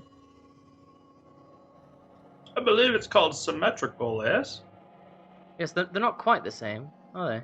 Ah, the colors are slightly a little grayer. No, but everything's in the exact spot. Maybe they just really like to match, like that other room. Yes, I'm looking around to see if there's any sort of indication of where a staircase up might be. I want to go to the wall that's out a little bit, and I want to move one of the paintings. I want to sit in one of the comfy chairs. For just a second. That sounds amazing. Oh, yeah. It's a mimic. Comfy chair. On second thought, you can have the chair first. Mira, anything in particular? I'm just looking around to try to decipher like the two differences between the walls that look similar but not quite the same. Okay. So, Katori, you walk up to the wall that is a little bit off. You're not really sure which one is the right one, or they're both real, or whatever. So you go to the one to your left. You approach the painting, you look at it closely, and then carefully, because you're not dumb, you kind of slightly nudge a painting. As you push your hand forward to do this, your hand kind of slips through the image of the wall, and you feel nothing there. Fiora, you see no indication of a staircase anywhere, or a hole, or anything like it. Well, we're stuck. Don't say that, we'll find something. The last one came out of the floor. I'm gonna go. Hey guys, and then I'm gonna go through the wall. Holy shit! Okay.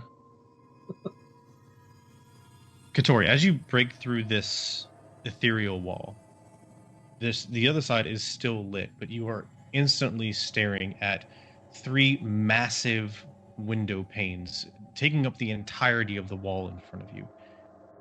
outside it is dark, and you know it's night, so that doesn't shock you. But this is extremely dark. You can't see anything except for vague silhouettes on the horizon, what appears to be boulders, rocky surface, maybe a coastline.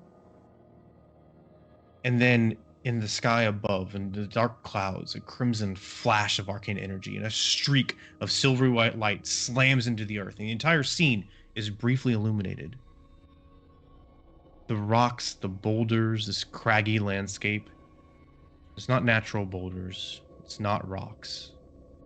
You realize in that instant you're staring at the same exact image of Yon'Cath as you were downstairs. Except all the buildings are blackened, worn rubble. There's streets of lava and red spider-like arcane energy fissures throughout the land all around. The sea has dried up. The black river that cuts through Yon'Cath itself is completely gone, and scattered across the landscape, on top of the boulders, in the craggy surface, down in the dried sea, you see thousands and thousands of bear skeletons. And then another flash of light illuminates again. Pieces of skeleton go flying, pieces of rubble careen off into the distance. And it continues over and over. I'm gonna go back out now before everyone goes. Hattori, where did you go? Is that another room? It is not another room. Is it a staircase? No, It's there's a no treasure. staircase. Treasure. What is it? Hidden treasure. No treasure. No. It's just window panes. It shows like that scene downstairs with the changing of the time into the past. I think this one is stuck at a certain time in the future where it's like The second he says that, I everything go is through it. destroyed. Everything is destroyed, and there's no water. Like the river's dried up, and you know the Did it look like? Yon'Cath is. Yeah. Did it look like that time when we were on the stairs of the sacred? Did it look like that when we jumped forward and all died? Mira has disappeared through the illusory wall. Mira. It's not. Mirror, mirror through the wall. She's It's just not already that so interested in the other bad. thing. She's in the other room looking at it. I'll get up and I want to follow her through so I can see it for myself.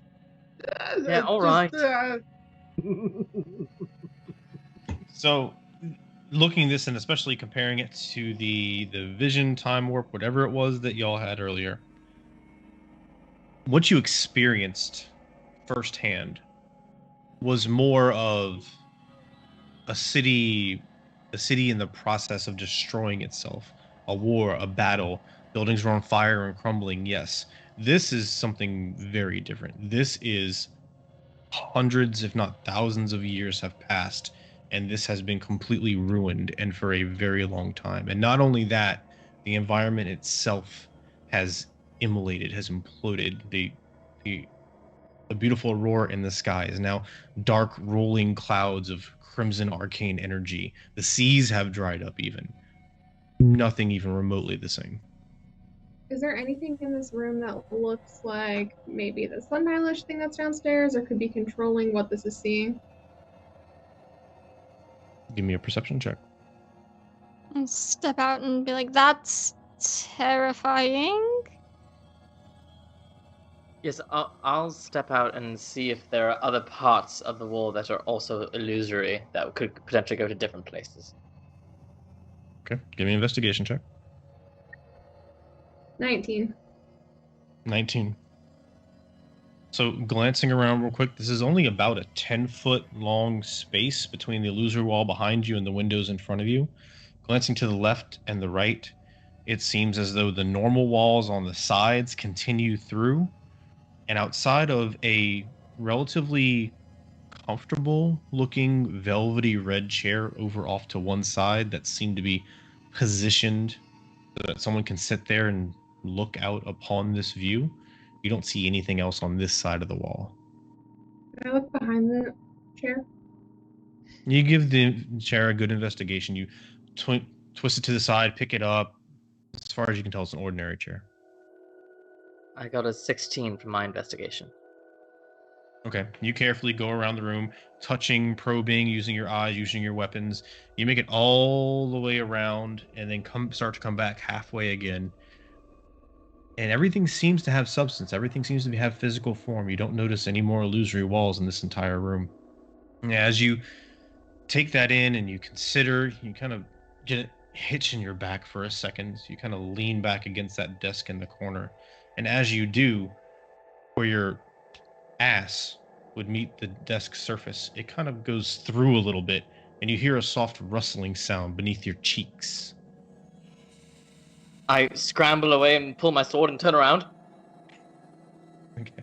As you do that, the illusory desktop kind of disappears from your view. It's slightly translucent now, and you see a few dozen parchment scrolls, unfurled maps, things like that. Ooh. Sheath my sword. Pilfer, pilfer, pilfer. Okay. You give me an investigation check. I'm choking on water. While you're doing that, that's what's a everybody 7. else doing? Okay. What's everybody else doing? I know that Vab and I was resting. I'm assuming Ona's resting with Vab. Yeah, I'm on the chair. It's a nice chair, y'all. I want to investigate all of the paintings. Like, one by one. I want to go through one by one and investigate each one. And I know some of them are the same, right? Because they were the illusory wall and the real wall. They're the same. So I want to go through each one and... Okay. Yeah. Investigation check from you as well. Phelan, were you doing anything else? Did I miss you on something? No. Did you say that one chair was facing a specific direction? It seemed to be kind of propped up in the corner of that narrow space, as though, how somebody, if you go out on a balcony, and there's usually a chair kind of off to the side in the corner to sit and look at the view. That's kind of the idea you would get behind that. So someone just sat there and watched the world burn. That's a reasonable conclusion. I want to sit there for a minute. Dang, so does Mira, but you can go first. We can share. I'm small. Alright. As you do this, and Mira, you're in there too? Yep. Okay, so y'all spend a couple of minutes. Both of y'all give me a wisdom saving throw. Oh. And hold on to that for me. Alright, so... Katori and Tior. What'd you roll, Tior? Investigation? 7, I believe. 7? Yeah. Okay. Let me get there real quick. Alright. So... the scrolls and the parchments seem to be scattered notes, and these are written in common. And these are quickly identifiable as they're talking about and describing the time anomalies that have been taking place. Scattered about, you see a one map that's underneath several of them, and on the map, you see some drawings of different locations. It's like the overview of the entire known Shadelands region, and then you have a couple here in Yon'Cath, and you have a couple in the surrounding area of Yon'Cath, and then one of the city that you're familiar with, known as Luthorn. And there are circles not only on the regional map of the Shadelands, but there's also circles in these more city-scaled maps, and some of them have been crossed out or little cliff note, I don't want to say cliff notes, but you know how you have your own little shorthand, that kind of scribbling next to them and things like that. The notes themselves, written in common, easy to understand, they describe the effects and the time, and some notes about who was party to or affected by the time anomalies. It seems like after the act, descriptions of what occurred and when and who was involved and so on. Looking at the map of the city itself, looking at some of the places that have been circled and some that have been crossed out, do I see the name of the place where we were stuck in our time loop? The Scarlet Hearth? No, Not the Scarlet Hearth. No, the fuck, what's it called? The Gilded Gallery? That one. Yes. Do I see if there's a circle around the Gilded Gallery? There is. Is it crossed out? It is. Are there circles around the city that are not yet crossed out? There are a few. I'm going to hold up this stuff. Guys, I think I may have found the bleeding sword. If you catch my drift. Pause there. Katori, what'd you roll? 14. Okay. Going up to all the walls and all the paintings, you look at them. You don't have a huge eye or understanding of art in all its forms and things like that. But one thing that jumps out at you on the illusory wall, the painting to the furthest left, seems to be an elderly man, and he is looking from like a porch maybe from a house or something like that, or a shop. He's sitting on the porch in a wooden chair, and he seems to be smoking a pipe or something like that. And off in the distance, he seems to be looking at small children playing. The same exact image is on the other side of the room, except you notice the difference on the real side of the room. It's just the frame in the painting. On this side of the room, there is a small placard beneath it. And on this placard is some type of writing, a script of some type. But you don't understand the language. It almost looks... its letters are in common, as far as you can tell, but it looks like gibberish. Also, Kybear, thank you for the raid, everybody. Playing Dungeons & Dragons. We try not to stop it, but it's a huge raid. Thank you, Kybear. Thank you, viewers. Please sit in, enjoy the show. Finishing up... well, we'll finish up the session in a little while, but thank you for coming. All right, Katori, so you got that information? Gibberish underneath the picture, but it's the same picture from the real wall. Got it. Correct. What do you have? Can you give me the letters? Or no? I can. You want them? Yeah. AX space BRLE, comma, ZYA space DRMCLA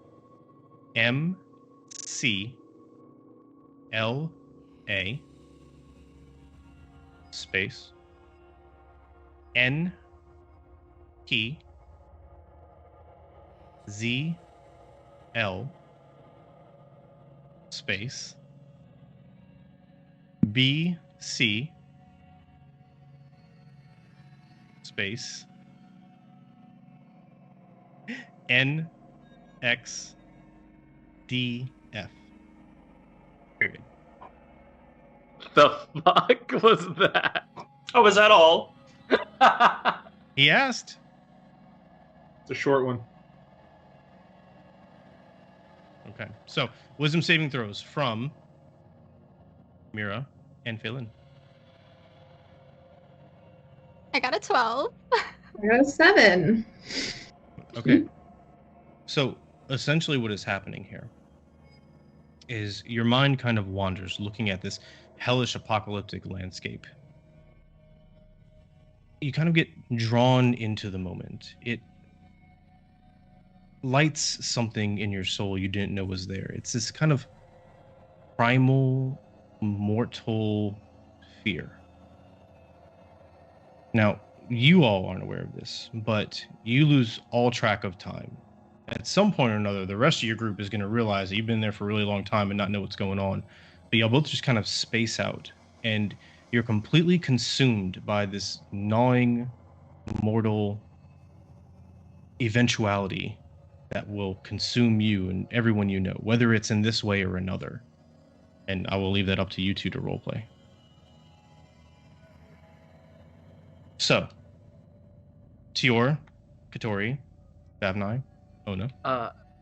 So I'll turn. I think we have, at least. I mean, it's not like concrete, but we have proof here. There are circles and notes about these time anomalies, and the one that we were stuck in it's been circled and crossed out, and there are others that have been crossed out, others that haven't been. I think they are planning these anomalies, and I think this is a location of where they are going to be. Does it look like they've done them, or does it look like they just know where they are? Well, the notes all seem to be a bit retroactive, but the circles...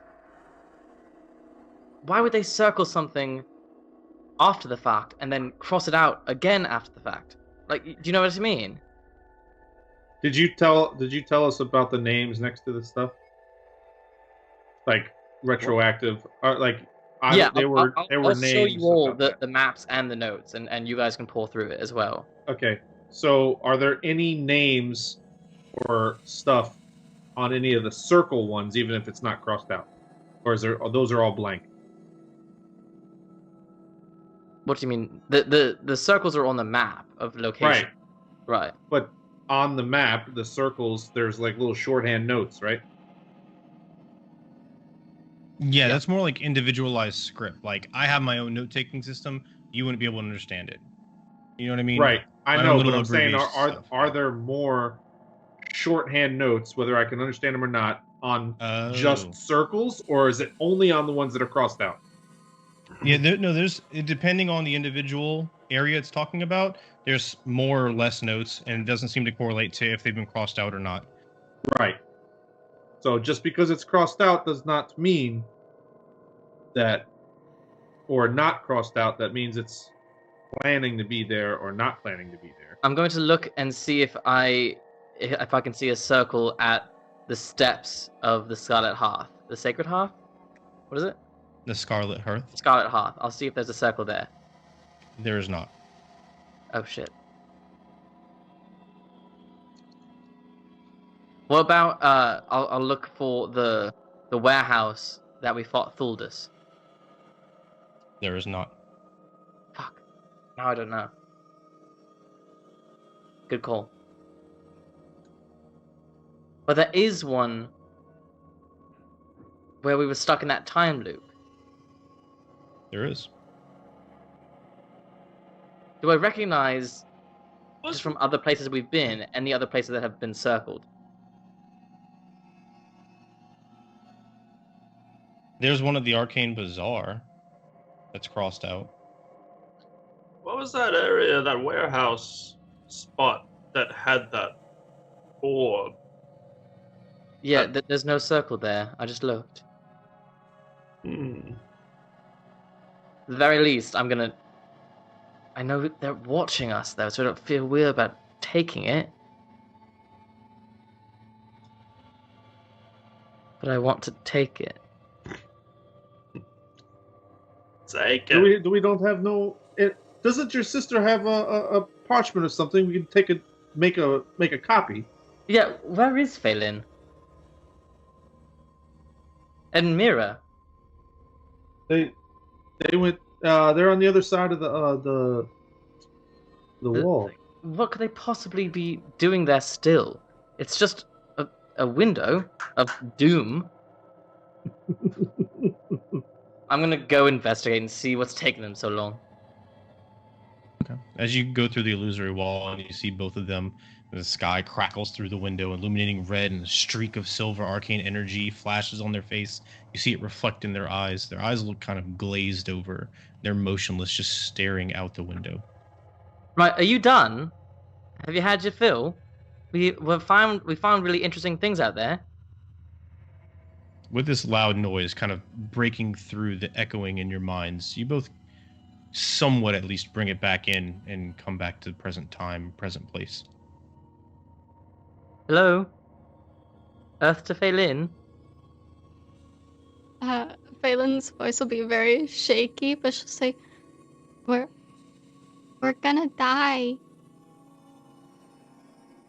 Alright.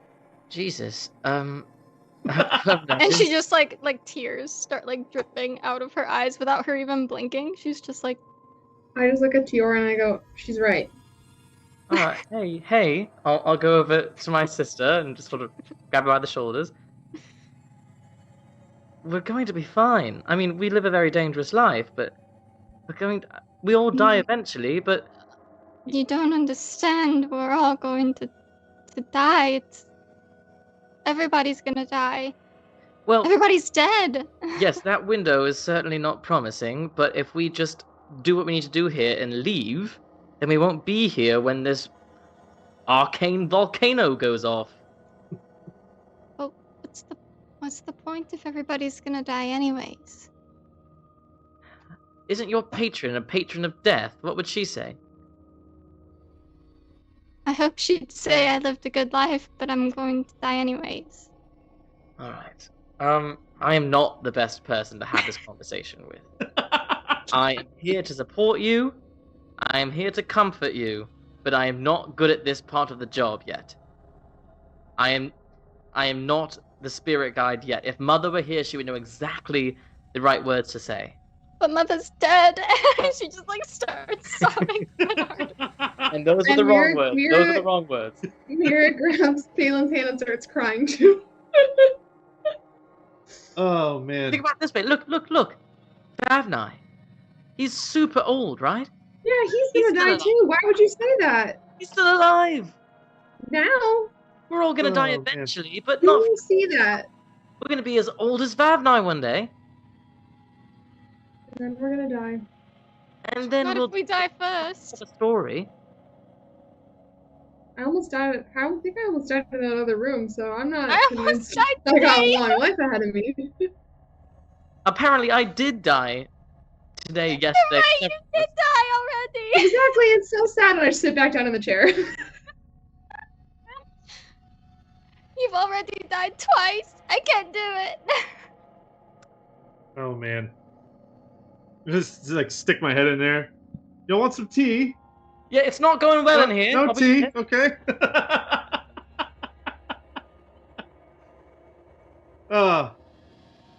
I'll come back in. All right, can we move this? Can we get away from the window? Yeah, it's nothing to see in here, right?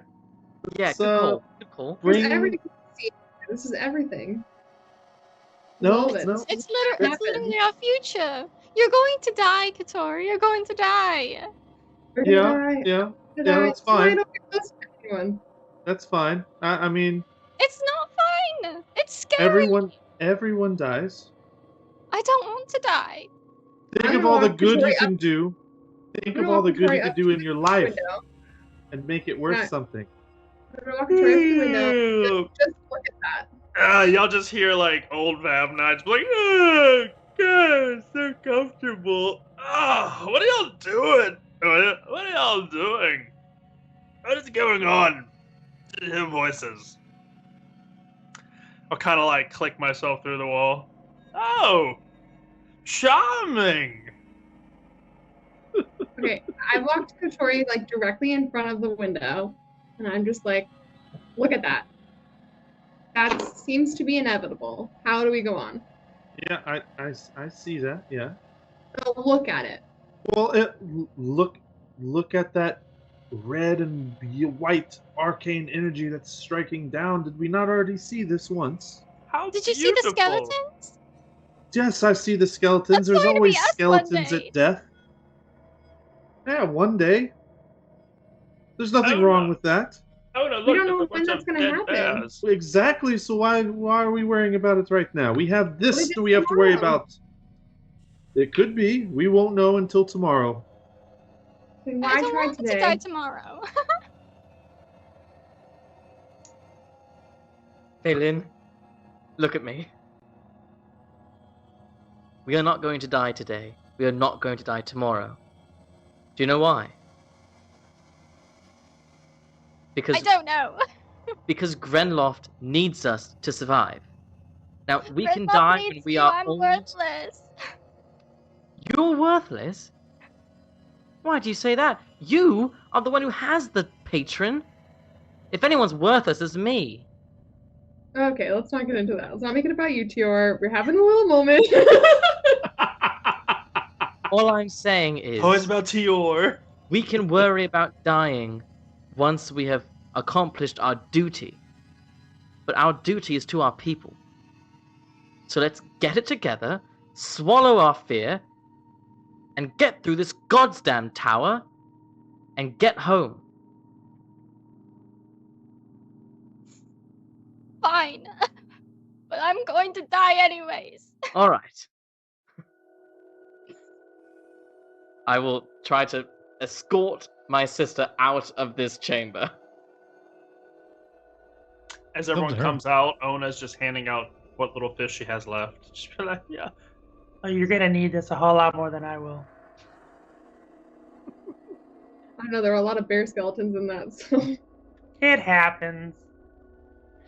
Now, the real question is, we have yet to find a way up still. There's this...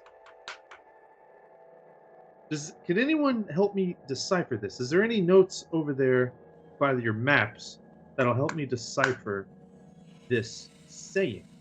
Look at this. I'll bring them over to the thing, and it's,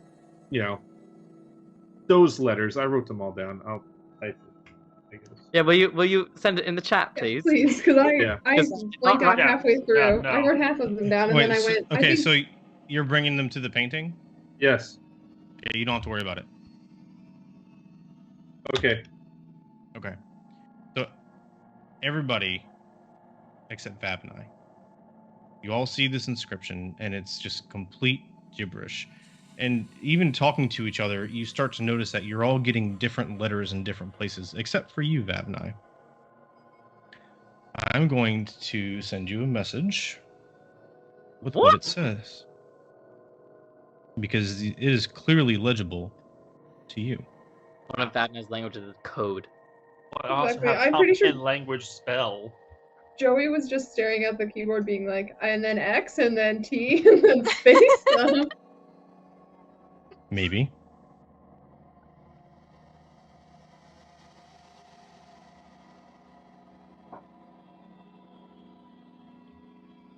Ah! Too true. Too true, Babnai says, and then just turns around and starts walking off. Wait, what? Babnai, what does it say? In time, we all turn to dust. You're right! Ow! Ah, I saw A metallic sound echoes through the chamber, coming from above you. And as you look up, in each one of the individual tiled sections of the ceiling above, a small hole opens, and then sand begins to pour into the room. Oh dear. I need everybody to roll for initiative. Is this like when Aladdin stuck in that thing? Yeah. Not again! Your worries about death may come sooner than you thought. Not great. Look over at Finland and I say, it's happening! That's Take- not helping. You're gonna die! Brother, you lied to me. Wait, remind me, Alexis. When we saw your wings earlier, were they angelic or were they not? Well, there was one that was, and there was one that was not. Copy. I chose the non-angelic looking one. That's not helpful here, is it? All right. So, Mira, what'd you roll? A solid 11. I need to You got throw it. it on my deck. Okay. Katori, just double checking with you because you have advantage. 21. Okay. What did Ona roll? 9. 9. All right. And Tior. 4. 4. Nice. So I got Katori 21, Wretch rolled a 14, Mira an 11, Niar 10, Ona 9, Phelan 4, Tior 4, Vavnai 3. Tio Alright. would probably go before me. His dex is probably higher. Yeah, I'm already when, tagged. when players That's tie, actually you're 12. more than welcome to choose between you. I don't care. It's fine. Okay. All right, so sand starts in a trickle, and then instantly a deluge starts pouring in each one of these. Before you know it, you're up to your ankles, and then halfway up your calves. Katori, at the beginning of everybody's turn, you're going to have to do this. Give me a dexterity saving throw to avoid getting trapped by the sand in place. That's a nat 20 for a 24. All right, so you quickly hop up on top of it, being as light and nimble as you are as Tabaxi. What are you doing? So there was one. I inspected all the paintings, right? There was Mhm. only one with an inscription. Yes. I want to look on the backside of that illusory wall out Okay. and see if there's anything on the backside, if it would be like the back of the painting. And if that doesn't work, I want to go to the opposite side of the actual painting and flip it around. Okay. A lot of stuff happening right now. That's fine.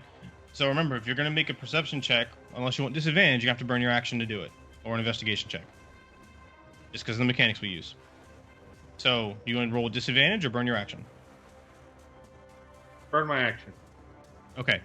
So, you quickly get behind the illusory wall, you look at the other side, and you kind of go between both sides. Give me an investigation check.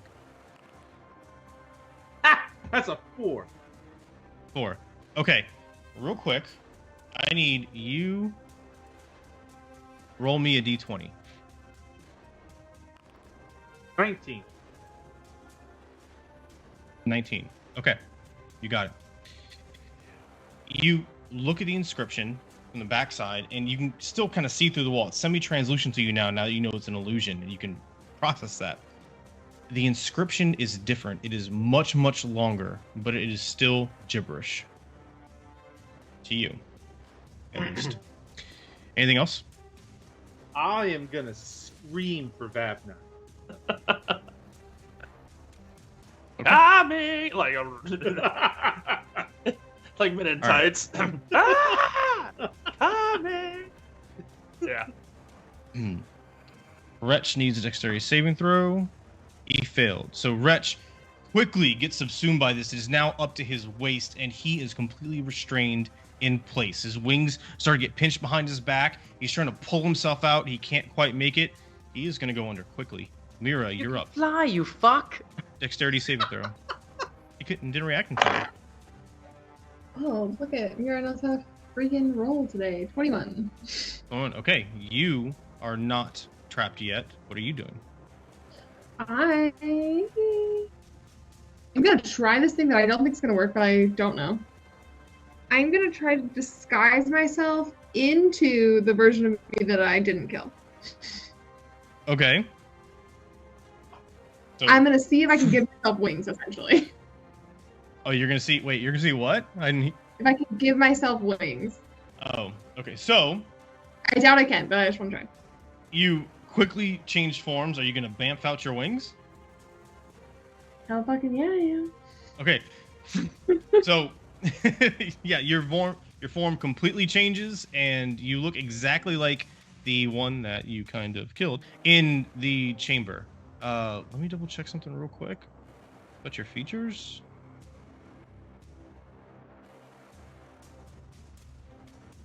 You can't fly yet, right? No. I'm gonna Okay. I'm gonna think I can, so I'm gonna try. Yeah, no, you And then try. I'll- You- If it works, a piece of You pan. flap them really, really hard as much as you can. You move those muscles, but no, unfortunately, they're just visual wings. Then that's all I say. That's my turn. All right. Sniar needs a dex saving throw. He succeeds. He gets on top of it, and he quickly reaches down and pulls Wretch up, pats him on the back, and tosses him up in the air. But he has no idea what to do. He's like, "What are we doing? We need to get out of here." Ona's up. What dexterity saving throw for Ona?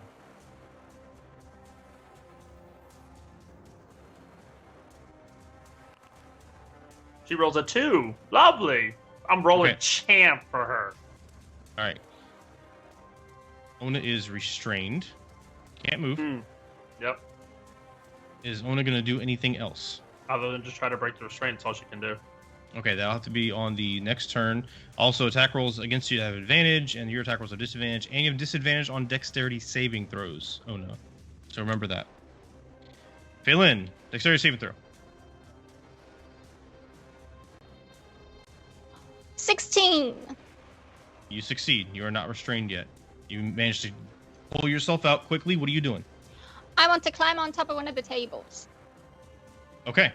That'll buy you a couple rounds at least. Anything else? gonna say, everybody try to get on something. And I'll in my text. All right, Tior. Deck save. Right. Here goes nothing.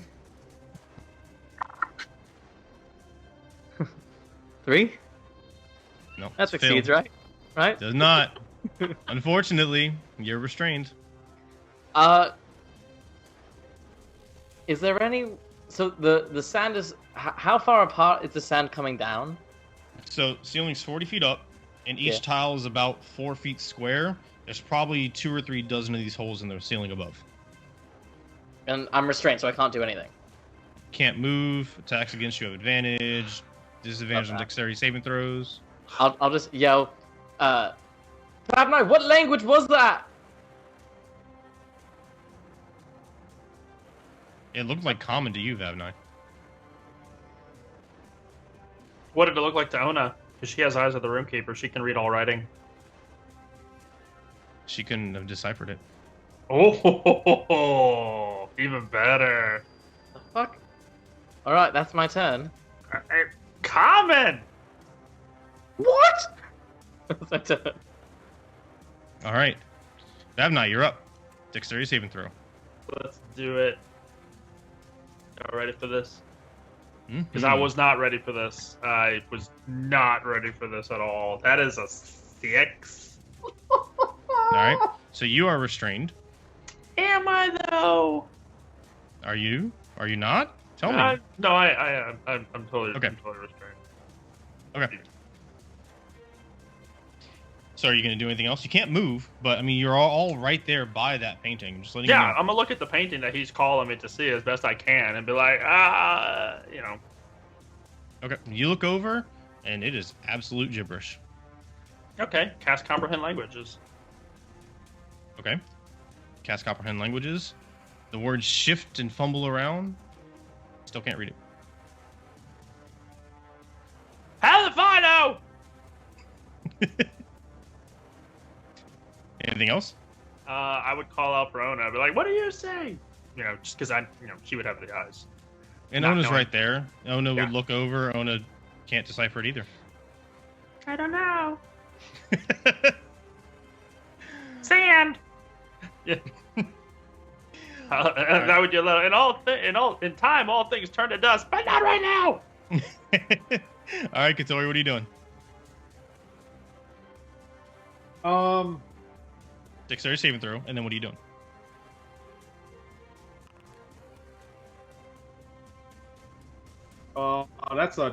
That's a 5. You are now restrained behind the painting on the other side of the illusory wall. Cool. Will someone please read this damn inscription? Shh. Can I see the inscription? Yeah. Can I know what? It's a lot longer. How long is it? It is significantly longer. I can count the letters if you want, but it looks like 3 phrases. 2 phrases and a question, a short question after. Just because of the punctuation. Oh man. I hate All sand. right. Well, Gets everywhere. to keep this going, can you type it to me? It's not going to do any good. Okay. Never mind. That last time was just for fun because you asked. Oh. And I wanted to Damn. reward you for asking. Now I wanted no you to- fun. I wanted you to because feel we are special. gonna die. Well, I was gonna feel real special because I kind of deciphered some of the letters. Well, then that was an accident because I completely made that shit up on the spot. All right. So, but I'm really looking forward after this to find out what you deciphered because I'm really curious now. Okay, so you're done, Katori, or no?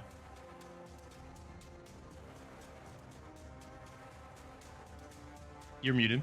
Muted. There's really nothing I could do. I'm just gonna be like, this inscription changed. Someone needs to read it. Okay.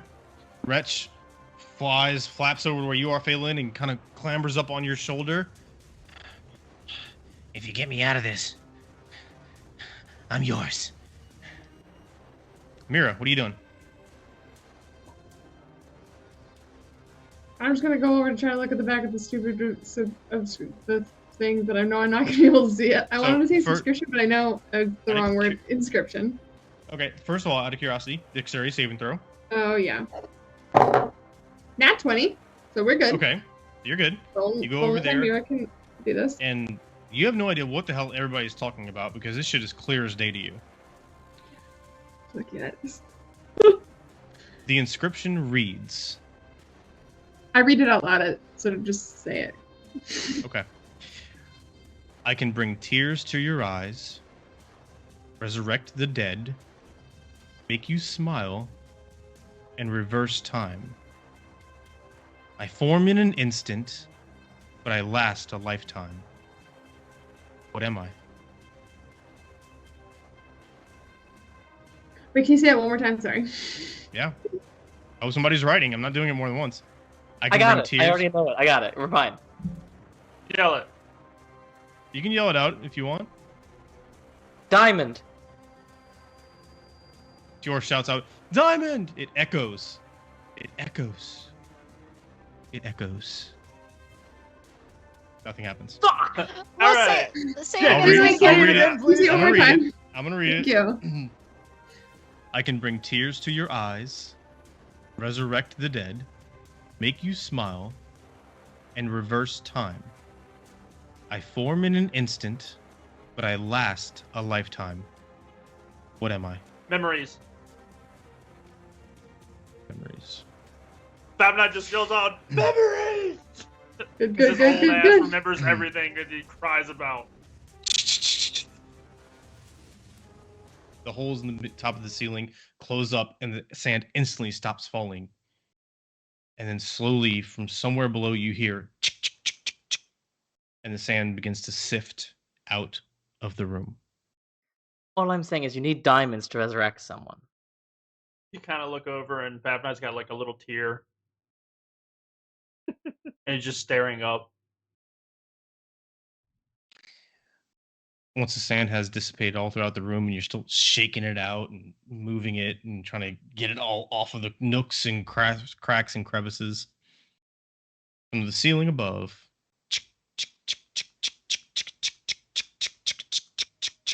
a clockwork ladder descends in a spiral fashion down to the center of the room in which you reside. Wretch is there next to you. Balin. All right, look, again, we get out of here. I'm yours. Just don't let me die, and I'll be your little bitch all day, okay? All right. I don't want a little bitch. But I'll try and get you out of here as best as I can. I don't want you to die. All right, good enough. Let's fucking go. Okay. How'd you like to live in Grenloft? Oh yeah, we have a lovely city if you want to come live there. Yeah, just get me out of here first. We'll figure it out. Okay. All right. I must say, Vabnai, that was quite impressive. Yes. It hits home. He just continues on. Let's Well. get out of here before we start drowning in sand again. I will take the maps and notes. Okay. Let's go. All right. So, rising up to this next staircase, only 40 feet taller now, not quite the sense of vertigo as you get to the top. There is a sliding hatch above. It is made out of bronze and seems to have a little bit of a lever over it as though it's not locked, but more just kind of like to secure it from flopping open willy-nilly. Who's up top first? You are. Very on brand. You reach up, grab the bronze handle, and with a solid jerk, slide it back and give a slight sliding motion as it effortlessly glides to the side. And above you is entirely pitch black. As soon as you open that sliding door, you hear this really, really loud, metallic clunking sound. Ka-gung, gung, gung, gung, gung. And there's a dim, bluish glow from somewhere off to the side in this room above. You can't see or hear anything else. Even with my eyes, I can't see anything else. Nope. Weird. I'll look down. It's quite dark in here, but there's something here. Just be on your guard. And I'll make my way up, shield out, just waiting for everyone else to be with me. I'll Okay. follow my brother up. Okay. Follow behind. Right. So, one by one, you all climb up into the dark, breezy, cool room above. Stepping a little bit away from the open hatch because, I mean, that fall would suck. But you get your space in here. You can't see anything, and you hear, it's loud, it's echoing here. This ka-gung, ka-gung, ka-gung, ka-gung. And somewhere up ahead in the darkness, there's this strange bluish glow that almost seems like it's muted or filtered a bit. Sorry, words. Tiniar is next to, well, came up right after you, Tior, and he's somewhere off to your right. And Wretch has been on your shoulder ever since the sand room failing, just so you all understand where everybody is right now. You wait for a second, expecting the next trap, the next challenge. Holding your breath. And nothing seems to happen. But then the darkness around you kind of shifts a bit, wobbles, and then slowly begins to fade. And as the magical darkness is pulled away and you can see around you, here in this room, it's just as tall as the one before it, and there's these massive and tiny gears all around you, just filling the periphery of the room, except for this kind of snake-like opening here in the center. And you can see that each face of the walls around you, you're staring at the back of a massive clock. You are, in fact, at the pinnacle of this tower. But curiously, the clock tower in Yon'Cath only has one clock face. So that's kind of weird. The gears overwhelming your senses because of their size and the motion and the sound, it takes you a second to realize you're not alone in this room. Standing 20 or so feet in front of you, you see a medium-sized pedestal coming up to about your waist. And then revolving around it, without touching anything, revolving in the air, all of these rings with these strange orbs on them. And suspended in the center, this ethereal, almost diamond-coated hourglass that's spinning and revolving. But no matter how it spins, no matter how it turns in the air, the sand keeps flowing in the same direction. And maybe a foot beneath it on the pedestal, resting on the pedestal, a silver bowl filled with dozens, if not hundreds, of the blue gems.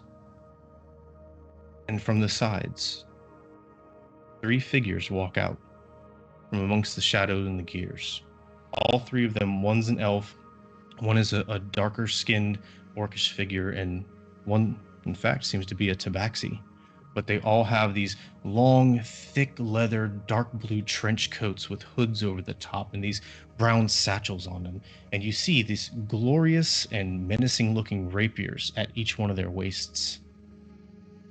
As they come into view, Phelan, you feel a jolt on your shoulder. Wretch jumps out and flaps in the air. "You Evermore motherfuckers!" and takes the time stopwatch and hurls it at them.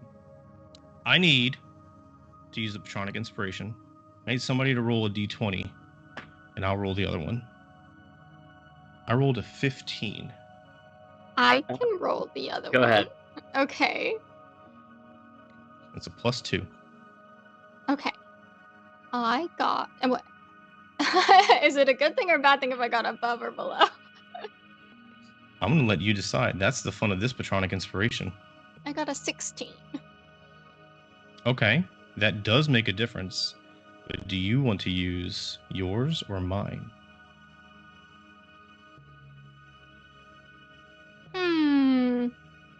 I'll use yours. Okay.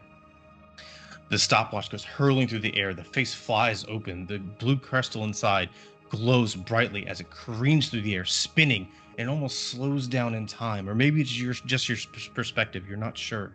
But the warlock in front, the Evermore Warlock in front, definitely sidesteps at the last second. And it spins, it tumbles, and slams into the silver bowl full of crystals. It shatter throughout the air, slamming into gears, the floor, the Evermores around them. And then dozens of time anomalies spring up in the room as the Evermore Warlocks draw their rapiers. And that's where we're going to end tonight's session at.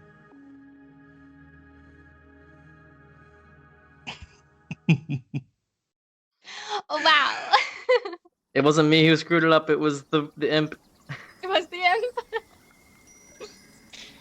So, my friends, you have ascended Megoro's perch. You've made it to the top of the clock tower. You have met some Evermore Warlocks. You survived some challenges or traps, depending on your perspective. And now, well, you have quite the situation to deal with. But we will deal with that next week. Oh my gosh. Uh-oh. Oh man.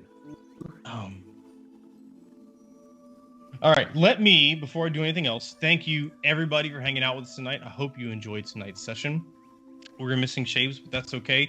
We had an otherwise full roster. Next week, we will come back to you, same great time, same great channel, Tuesday night, to resolve this, and more likely than not, everybody, I'm confident in saying that that will be the Season 1 finale. So, lots of good stuff next week. There's a lot to get done, but we'll be able to do it. I can say that now. I didn't know how far y'all were going to get tonight. So, everybody, thank you. I'm going to go through the events list to give the shout-outs that we unfortunately, we try to stay in the story, which I think is good, but, we don't get to thank people as traditionally as they come through. So I'd like to thank everybody for that. And then we will I'll let everybody talk for a minute while I pick somebody to raid and bid you all adieu for the night. So, call out everybody from today. First of all, Hope for TTRPGs, thank you for the follow. M. Smith 1992, thank you so much for the Patronic inspiration.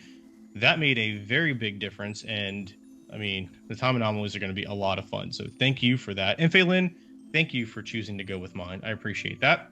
Kyber, thank you for the 21-person raid. That's amazing. Really appreciate that. Lunar Eternal, I'm pretty sure it's Gucci Girl. GUCCIGXRL, thank you for the follows. M. Smith 1992, thank you for the 200 more biddies. Very, very much appreciate the support. That's amazing. And Sons of the Jaguar, thank you for the follow. Welcome to the adventure. We hope you enjoyed your time with us. We appreciate the support tonight. We appreciate you hanging out. If you can't support financially, 100% fine. It's awesome. If you could spread the word about us, so we can have more people and have more fun and build a community, that would be amazing as well. And if you're new to the channel, and you want to catch up before the end of the finale next week, you can go to the YouTube. All the previous episodes are on there. I don't think I have a universal socials link. Oh, there it is. Boom. Thank you, Eraser. It's social, not socials. You're awesome. Don't forget we have Extra Life down below. And don't forget anything that goes through the donate tab gets dispersed among the cast members equally. So if you want to directly support the cast members, use that donate button thingy below the Twitch stream, and that's how to do that. So all that being said, I will let you guys wax ecstatic for a moment while I pick a channel to read tonight. I don't know if I'm ready to leave Season 1 yet. I need to know what There's the other so option much. was. I know, right? There's will gonna be like never nothing. come to fruition. You will never tell. I'm just curious, because I feel like something bad would have happened if it hit the guy. Right. But maybe just something bad to him and not to us having Yep. a billion time anomalies near me. I don't even know what that means when you say, like, these There are a dozens bunch of time. time. It's Right. like, what the fuck does that look like? Wait, Oh, all yeah, of really the still. crystals? Did all of the No. crystals Yeah, explode? all the crystals were in the bowl. Okay, so yeah, just clarify that for a little bit for you guys. The bowl rocked, it shook, it kind of went up a little bit, most of the way, and then came back down. Because of the size of the bowl and how many crystals are in it, there's probably not all the crystals came out, but a lot of them did. So So they we're aren't starting like the session with- exploded; they're just out of the bowl. Oh no, Right. the ones that careened through the air, they popped, they busted, dust went Oh no! everywhere. Oh yeah, and those created. And the then- things. But Ona and Bab and I are running straight to that bowl tomorrow. I can feel it. I think this might be the longest man. a level 3 party has ever gone without a long rest. Literally, we just don't sleep. We Yeah. just don't sleep. We don't do Welcome anything. to a Warlock We also Central don't buy. Technically, we We don't also need don't them. buy potions. Yeah, we no, don't buy we should have potions died either. multiple times. We're also the worst adventuring party ever when it comes to buying I- potions and things to keep ourselves alive as warlocks. For sure. I think We're I like, bought a potion. I think I bought a potion. I know don't asked think about them. Did. I know I Even asked though- about it. You Even asked though about it. Tior made a lot of mistakes in this battle here, he came out of it with full hit points, looking great. honestly, wild. You guys have done really good so far. Like I'm impressed. You guys never cease to impress me. It's amazing. I need to up the game. Wait till Like next a week. Next week will be a totally different thing. That's gonna be awesome. Oh, man. Awesome. So much to resolve. Okay. All right. So I think we're gonna raid Peachy Shortcape, friend of the channel, friend of Kai Bear. We're gonna follow the raid train there. Kai Bear raid us. We'll raid Peachy. So everybody, we're gonna go to the stream ending screen. Please be sure to click the join the raid or just go along with the raid. That would be amazing. Show some love from Fableforge. And yeah, we love you all. Have a great night. We'll see you in between on social or next week at 7 p.m. Central right here. Much love. Bye, everybody.